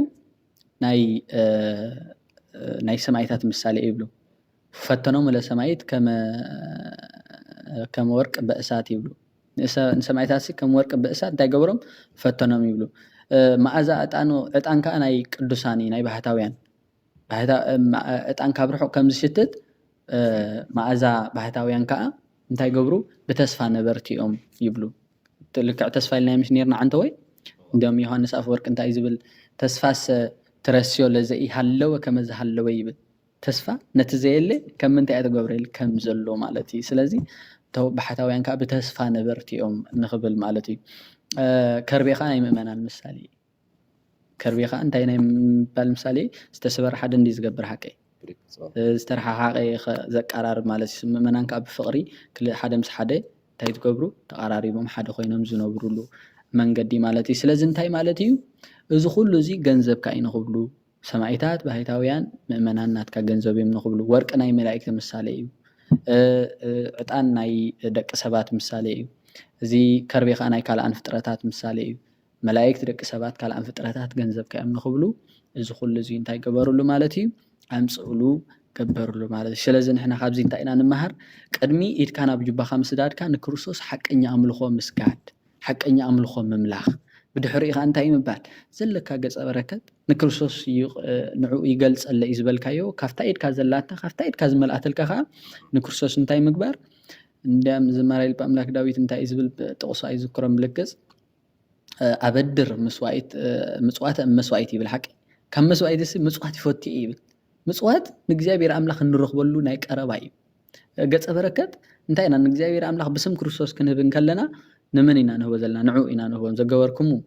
እምእሉ ንኡሳን ኣሃውየ ሊተገበርኩም እየ ሓቂ ካብዞም ንእሻቱ ዝገበርኩሞስ ንመን ገበርኩሞ እየ ንዓይ ገበርኩሞ እዩ ስለዚ እንታይ ኢና ክንሽበር የብልናን ንሕጐስ ኣለና ዕርቂ ሰላም ክንፈጥር ኣለና ድሓር ክንታ ክንገብር ኣለና ቅድሚ ዝኾነ ምግባርና ክንገብር ኣለና ሰግድ ኣለና ድሓር ከዓ ዘለና ገጸ በረከት ከዓ ድሒሩ ይስዕብ ማለት እዩ ምክንያቱ እግዚኣብሔር ኣምላኽ ገንዘብና ዘይኮነ ህይወትና እዩ ዝደሊ እግዚኣብሔር ኣምላኽ ናትና ንዋይ ዘይኮነ ንዓና እዩ ዝደልየና ወደየ ልበኻ ሃበኒ ይብል ንሱ በቃ ንዓና እዩ ዝደሊ እግዚኣብሔር ኣምላኽ ማለት እዩ ስለዚ ቅድሚ ዝኾነ ነገር ምግባርና ህይወትና ንክርስቶስ ከነንበርክኻ ኣለና ማለት እዩ ምናልባሽ መሊስያ ተኾይነ ተመሊስ እዩ ብሓቂ ሰሚዕኻ ዘይጽገብ ያው ቃል ኣምላኽ እዮም ትምግቡና ዘለኹም ብሓቂ ደስ ዝብለካ ማለት እዩ ካልእ ኸዓ ዘገርም ነገርሲ ኣብ ግዜ ስቕለት ሕፍረት ናይ ጎይትኦም ክኸድኑ ካብ ሰማይ ዝረገፉ ከዋኽብቲ ደም ዝተቐየረት ወርሒ ፀሓያ ብርሃና ዝኸለት ፀሓይ ኣብ ግዜ ልደቱ ግን ብርሃነ ልደቱ ንምድማቕ ንሰብኣ ሰገል ካብ ምብራቕ ከም ዝበልኩሞ ንኽልተ ዓመት መሪሓ ናብ ቤተልሔም ዘምጻቶም ብሓቂ የደንቐካ ማለት እዩ ክርስቶስ ጎይታ ናይ ኩሉ እግዚኣብሔር ምዃኑ እንስሳታት ብስትንፋሶም የማምኽዎ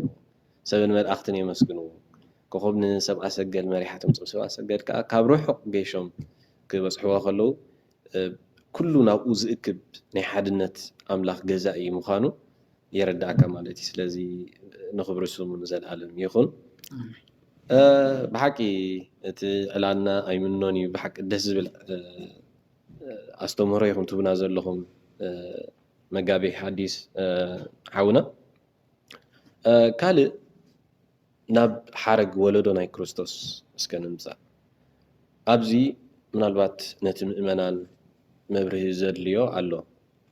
እዚ እንታይ እዩ ኣብ ወንጌላውያን ምስ ንምልከት ወንጌል ማቴዎስን ወንጌል ሉቃስን ወለዶ ክርስቶስ ይገልጹ ማለት እዩ ኣብዚ ግን ኣብ ተሓረግ ወለዶ ስለምንታይ እዩ ክልተ ዓይነት ወለዶ ቆፂሮም ሉቃስን ማቴዎስን ከተብርሁልና ቃል ህይወት የስማዓልና መምህር ሓወይ ብሕፅር ዝበለ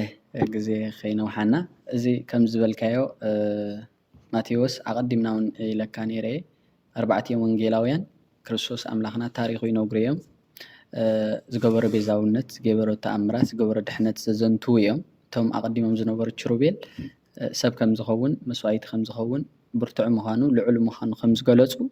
እዞም ወንጌላውያን ከዓ ማቴዎስ ሰብ ምዃኑ ገሊጹ ሉቃስ እውን መስዋእቲ ምዃኑ ዝያዳ ናብ ቤተልሔም ወይ ከዓ ናብ እንስሳ ነገር እዩ ኣዛዝዩ ዝጽሕፍ ማርቆስ ከዓ ትምህርቲ ህይወቱ እንተሪእናዮ ኣብ ግብፂ ዝነበሩ ጣዖታት ዝሰባብር ልክዕ ማርቆስ ኣንበሳ ኢልና እንገልጾ ዮሃንስ ከዓ እንተሪእናዮ ልክዕ ምጡቕ ልዑል ማለት እዩ በቃ ቃል ብቅድሙ ነበረ ኢሉ ልዕልና ቃል ዝናገር ማለት እዩ ዘልዑለ ይሰር ኢና ንብል ሓቂ ስለዚ ሓረግ ወለዶ ክጽሕፉ ከለዉ ግና ማቴዎስን ሉቃስን እዮም ብፍሉይ ናይ ክርስቶስ ኣምላኽና ልደት ጽሒፎሞ ማለት እዩ እሶም ከዓ ልክዕ ማቴዎስ ወዲ ኣብርሃም ወዲ ዳዊት ኢሉ ሽዑ ዳሓር እንታይ ዝብል ኣብርሃም ይስሐቅ ወለደ ይስሐቅ ያዕቆብ ወለደ ያዕቆብ ይሁዳን ኣሕዋትን ወለደ እንዳበለ ይዝርዝር ሉቃስ ከዓ ካብ ታሕቲ ጀሚሩ ካብ ዮሴፍ ጀሚሩ ንላዕሊ ኣዳም ወልደ እግዚኣብሔር ኢሉ ይውድእ እዚ እንታይ እንድሕር ተይልና ልክዕ ከምቲ ስብሐት ለእግዚአብሔር በሰማያት ወሰላም በምድሪ ኢልና ዝገለጽናዮ ማቴዎስ ርደቱ ክገልጽ እንከሎ ሰብ ምዃኑ ኣምላኽ ሰብ ከም ዝኾነ ክገልጽ እንከሎ ሉቃስ ከዓ እንታይ ዝገልጽ ኣምላኽ ሰብ ምዃኑ ይገልጽ ዕርገቱ ማለት እዩ ልክዕ እንዲያም ሊቃውንቲ ኣብ ኸብሉ ልክዕ ቃልን ስጋን ክወሃዱ ከለዉ ርደተ ቃል ዕርገተ ስጋ ዝበሃል ኣሎ ወይ ከዓ ብዕርገት እንታይ ዝበሃል ኣሎ ኣብ ጥንሲ ግዜ ርደተ ቃል ይበሃል ዕርገተ ስጋ ከዓ ይበሃል ኣብ ዕርገት ከዓ ዕርገተ ቃል ይበሃል ማለት እዩ ስለዚ ኣብዚኣ ማቴዎስ ብሕፀር ዝበለ እንታይ ገሊፁ ኣምላኽ ሰብ ምዃኑ ገሊፁ ክገልጽ ካብ ላዕሊ ጀሚሩ ንታሕቲ ወረደ ሉቃስ ከዓ ሰብ ኣምላኽ ከም ዝኾነ ንክሰብኽ ከዓ ካብ ታሕቲ ጀሚሩ ናይ ክርስቶስ ኣምላኽና እንታይ ገበረ ንላዕሊ ገለጸ ማለት እዩ ካልእ ትርጉም የብላን ብሓቂ ደስ ዝብል ምናልባት ከም ዝበልክዎ እቲ ዕላል ወይ ከዓ እቲ ትምህርቲ ዝወሃበና ዘሎ ተዛሪብካ ዝፅገብ ኣይኮነን ማለት እዩ ኣውዒሉ ዘሕድር ዘቐኒ እዩ እንተኾነ መዛዘሚ ክንገብረሉ ናይ ሎማ ዓመት በዓል ልደት ኣብ ረቡዕ ይውዒሉ ዘሎ ስለዚ ኣከባብራ በዓል ልደት ዕርቂ ሓድነት ብዙሕ ክጥቀሱ ፀኒሖም ኣብ ልብና ይሕድሮም ኣብ ከምዚ ናይ ንኣብነት ረቡዕ ወይ ዓርቢ ኣብ ዝውዕለሉ ልደት ብኸመይ ይኽበር ክተብሩልና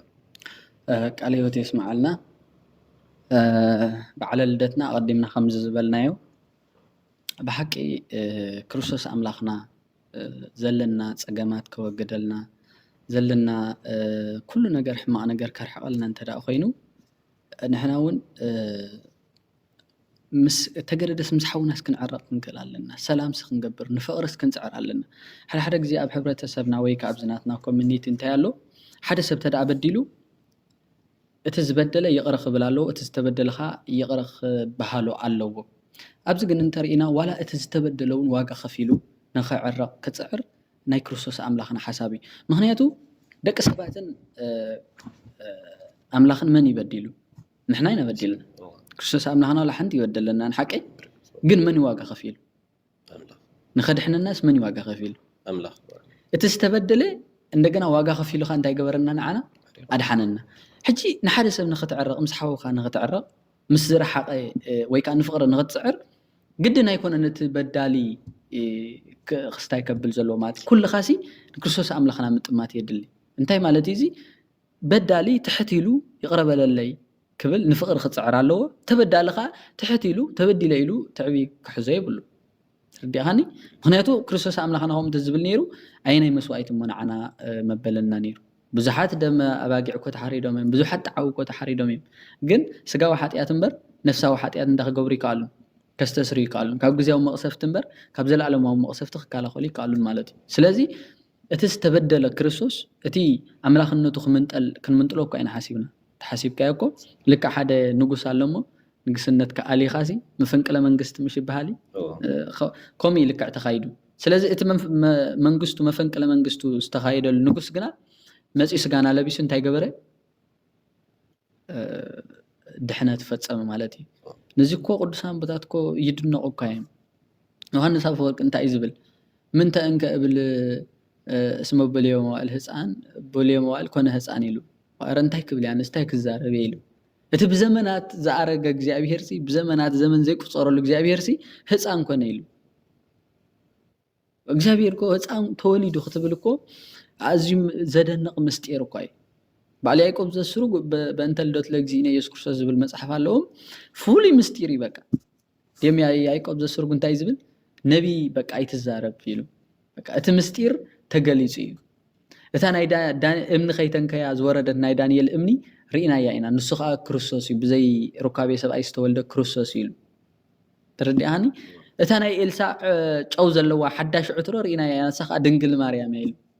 እታ ዓፀውቲ ናይ እስቅያስ ኣፍ ደገ ንሳ ርኢና ኢና ንሳ ከዓ ድንግል ማርያም እያ ኣምላከ እስራኤል ክርስቶስ ወፂኡ ኣትዩ ዝተወልደላ ብዕፀውታ ዝነበረት እዩ እዚ ልደትኩም መስተንክር እኳ እዩ ምክንያቱ ናይ ኣምላኽና እንታይ እዩ ከምዚ ቀዲምና ክንብሎ ፀናሕና ናባና ናትና ስለ ዝኾነ ኣብ ኢድና ስለ ዘሎ ኣቕሊልና ስለ ንሪኦ እምበር እዚ ሓድነት እዚ እዚ ፍቕሪ እዚ እኮ ዘይርከብ እኳ እዩ ምክንያቱ መስዋእቲ ከፊልካሲ ትበፅሖ ዘይትኽእል ግን ኣምላኽና መስዋእቲ ከፊሉ ንዓና ዝመፀና ስለዚ ኣብዚ ልደት እንታይ ኢና ክንገብር ዘለና ምትዕራቕ ምትሕግጋዝ ኣምላኽና ለዋሂ ምትሕግጋዝ ይፈቱ ክርስትና ናይ ምትሕግጋዝ ናብራ እዩ ናይ በዓል ሐዋርያ ቅዱስ ጴጥሮስ ናብራ እንተሪኢኻዮ ናይ ሐዋርያት ማለት እዩ በቃ ሰብ ዘለዎ ኩሉ ነገር ሸይጡ ኣብ ሓደ ማሕበር ይኸውን ብሓደ ይበልዕ ይሰቲ ማለት እዩ اوكي زلنا كله اكبنا بحد عينكم جن كفتا زلهنا نحاولنا نماقل مالتي حدا حاونازي برهان لتحقو يسوي على زقبوس بتأميت وي بسنة كم ديابل استجني قهوة عليه بقولون مالتي سلازي ملائكة كوس انتي ملائكة زي انت رأي خايس سلينا نحن زمنا ما ينتقم مناكم جن نصحان سلازخونو رهرهان سلازخونو نادنا نجر سلازحقوسهم أرنا عاهم زخون عابي زينا لني مدهاني تولد لكم إنه عاهم ترى يكون كل حزب يزخون حجز أبز حقوس زي أبز زينا زي مدهاني كروسوس أبز تولد الجزيسي حوخات أمي ويتس أبجيمو ويحوخها بقى حزين خوعل بتعمي وكساي اليوم حدا قدوس دايزل forgiveness is in the blessing evil يقرأ مبالسي in our life أبي وتناس برختي قدفهم مخاب أملاخ نرغبه بمحرات قالي يقرأ مبال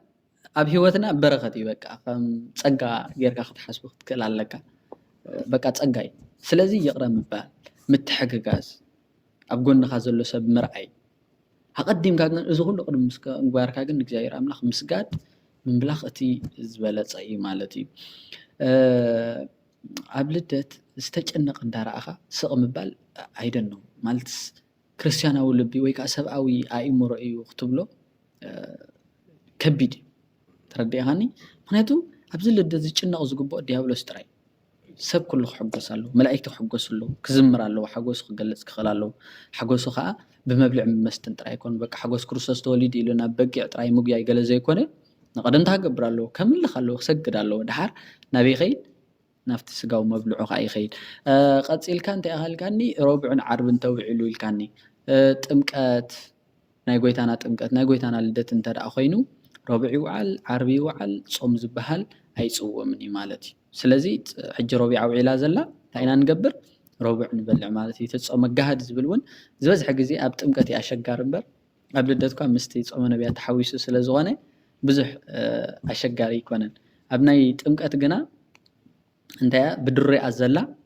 بيتكشان مخفلت مسخفل كا مسقرسكا سقط بل أبيتكشان كا أتي تقللات ويكا أسقاو نجار كا أنتي نقبرن أين بلع تصوم مجهد زبل نحنت معلتي صوم سلازلا مالتي قبل دات جنزبز حق زي الله يا كادر ستاي مالتي جن متصومنا بيا تحويسا سلازخونت سبزح ستايسي أيقونة نمبر لدات تمكت انتخوين جنا ربعي وعل عربي وعل كلامي وعل سنبتي وعل انتي يزقبر كل جزء يبلع مالتي مخنياتو هبستهيوات مدهاني تبرهان كريستوس سلازخونة صوم نقبرن مني نعون من ملاخي حقي حقين نعو سي سلينا الكاز حمكا سلينا الكاز صوم كايلنا نعو إنا سجانا أسيرنا لنوعد أبز معلت زيجنا أنتي حقوس زينا توليد نسو دحنا تمسي مالتي سلازي أبز دحنا تزي سؤال قدس يا راديوم في الساعة كنا بأنت لدتو رئيوانا لت وأنكروا دبلنا إن نزمر حق إسوهات لجزابير نابلنا نجزابير كنا مسجن نبر كنصوم كنحزن كنشجر خالقسي هيدلني مالتي سلازي بعلنا بز خنخبره دسي بلني كلنا حزب كريستيان كا انه عبي بسرات عبي حقوس مدحانيت كريستوس بروخ كويتا اب عد داويد توليد له نازخور بعد سلازب صحنا እግዚአብሔር አምላክ ክብሩ ምስጋና ንዑ ይሁን ነው አሜን ምናልባት ምን ለአቢልኩም ክርስቶስ ስለተወለደ ብፍላይ ኣብዚ ዘለና ዘመን ብፍላይ ኣብ ሕብረተሰብና ማለት እዩ ክርስቶስ ስለተወለደ ብምኽንያት ልደት ክርስቶስ ቅዳሴ ገዲፎም ሌታዊ ትልሂት ኣዳልዮም ኣኽንዲ ምስጋና ኣብ ትልሂትን ኣብ ሳዕስዒትን ኣብ ጓይላንዳን ኬራን መስተን ዝሓድሩ ኣለዉ እዚ ከመይ ትገልጽዎ እዚ ፈጺሙ ነውሪ እዩ ምኽንያቱ ናይ ክርስቶስ ልደት ሰማያዊ ሓጎስ እዩ ከም ዝኽንብሎ ፀናሕና መልኣኽ መፂኡ ኣብ ትልሂት ክኸደልካ ይኽእል ዲ ምስ መልኣክ ኬድካ ኣብ ትልሂት ከይድ ትኽእል ኣብ ትልሂት ኬድካ ከተእውት ትኽእል ምስ መን ኢኻ ምስ ዲያብሎስ ኢኻ ምኽንያቱ ኣብ ዕፁው ገዛ ንሕና እንታይ ኢና ንገብር ኣብ ቤተክርስትያን መፂኻ እንታይ ክብል ፀኒሐ መፂኻ ክሰግድ ኣለካ ንእግዚአብሔር ኣምላኽ ተመስግኖ ኣለካ ምስ መላእክት ኮንካ ሓጎስካ ክትገልጽ ክትክእል ኣለካ ሐዋርያ ቅዱስ ጴጥሮስ ጳውሎስ እንታይ ኢሉ ኣሎ ኣረጊት ሰብነትኩም ገዲፍኩም እንታይ ግበሩ ኢሉ ብሓድሽ ሰብነት ጌርኩም በዓልኩም በዓልና ነብዕል ይብል ሓቂ ብፍላይ ኣብ ሮሜ 13 I think ያ ሕጂ በዓልና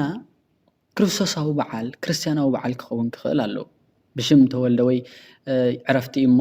በዓል ስለ ዝኾነ ዕረፍቲ እዩ በቃ ስጋ ምብላዕ መፅኢልካ ስጋዊ ጥራይ ምብላዕ ኣይኮነን እዚማ ኣይሁዳውያን ኮይና ኣለና ወይ ከዓ ከምቶም ፀሓፍቲ ፈሪሳውያን ጥቕስ ንጠቅስ ኢና ክርስቶስ ተወልደ ንብል ኢና ኢየሱሰይ ንብል ኢና ጎይታ ንብል ኢና ነገር ግን እንታይ ኢና ንገብር ዘለና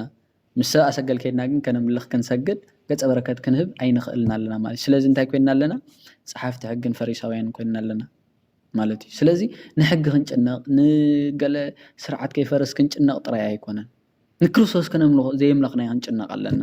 ክናፍቆ ኣለና ማለት እዩ ስለዚ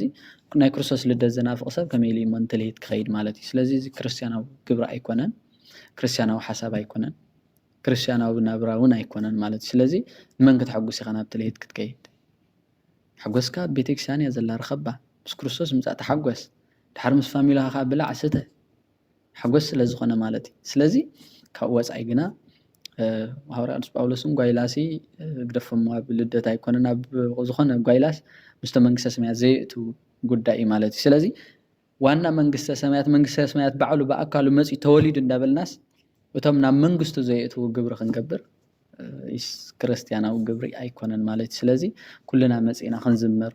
ብሓደ ኮይና ኣምላኽና ክንኽብር ኣምላኽና ክነመስግን ድሓር ከዓ ምስ ኣምላኽና ምስ ቤተሰብና ከዓ ከምቲ ምስ መላእክቲ ምስ እግዚኣብሔር ኣምላኽና ብሓንሳብ ክነመስግን ንሓድር እሞ ድሓር ካብዚ ቤት ምስ ከድና ከዓ ምስቶም ምድራውያን ቤተሰብና ከዓ ብሓንሳብ ሓቢርና ንውዕል ማለት እዩ ካብዚ ሓሊፉ ክርስቲያናዊ በዓል እዚ ማለት እዩ ምናልባሽ መላእላተለካ ገሊፅኩሞ ይኹን ግን ኣነስ እንታይ ከዓ ኮይኑ ስማዓኒ ምርጫ ኮይኑ ስማዓኒ ኣብ ግዜ ልደት ክርስቶስ ንመን ትመርፅ ኣለኻ ዮሃንስ ዘየኣትት ሓጢኣት ኩሉ ዓለም ኢልዎ ኣሎ ማለት እዩ ሓጢኣት ኩሉ ዓለም ዘርሕቕ ገንሸል ኣምላኽ ኢልዎ ኣሎ ስለዚ እቲ ሓጢኣት ዓለም ኩሉ ዘርሕቕ ተወሊዱ ቤተክርስትያን እናፀንበለት ከላ ካብቲ ሓጢኣት ዝሓድግ ንሓጢኣት ክትስዕብ ከለኻ ኣብ መንጎ ክርስቶስን ዲያብሎስን ምርጫ እውን ብንጹር ክንዛረበሉ ስለ ዘለና ስለምንታይ እዚ ዓብይ ጥፍኣት እዩ ስለዚ ምቸም ድሕረ ሊቕ ኣይትዛረብ እዩ ብሓቂ ምሂርኩም ናይኹም ኣስተምሂርኩም ናይኹም እግዚኣብሔር ኣምላኽ ኣገልግሎትኩም ነዊሕ ይግበሮ ዕድመን ጥዕናን ይሃብኩም ኣብ ቤቱ የንብርኩም ንዓና ንኽሕሸና ማለት እዩ እግዚአብሔር አምላክ ነዚ ነበረና ግዜ ዝኽበረን ዝተመስገነን ይኹን ብዙሕ ተማሂርና ብዙሕ ቀሲምና ብቃል አምላክ እውን ፀጊብና ማለት እዩ ስለዚ እግዚአብሔር አምላክ አውደ ዓመትና ይባርክልናን ይቀድሰልናን ዓመት ሰላም ዓመት ፍቅሪ ዓመት ሓድነት ይግበረልና ንኹላትኩም ነዚ መደብ ትከታተሉ ዘለኹም ድማ ርሑስ በዓል ልደት ናይ ጎይታናን አምላኽናን መድሓኒናን ኢየሱስ ክርስቶስ ይግበረልኩም እናበልና ጀሚርና ክሳብ ንፍፅም ብጽሞና ስለዝተኸታተልኩምና ካብ ልቢ ነመስግን እግዚአብሔር አምላክ አተባቢዑ ስለዘጀመረና አጀሚሩ እውን በሰላም ስለዘፈጸመና ዝኽበረን ተመስገነን ይኹን ወስብሐት ለእግዚአብሔር አሜን አሜን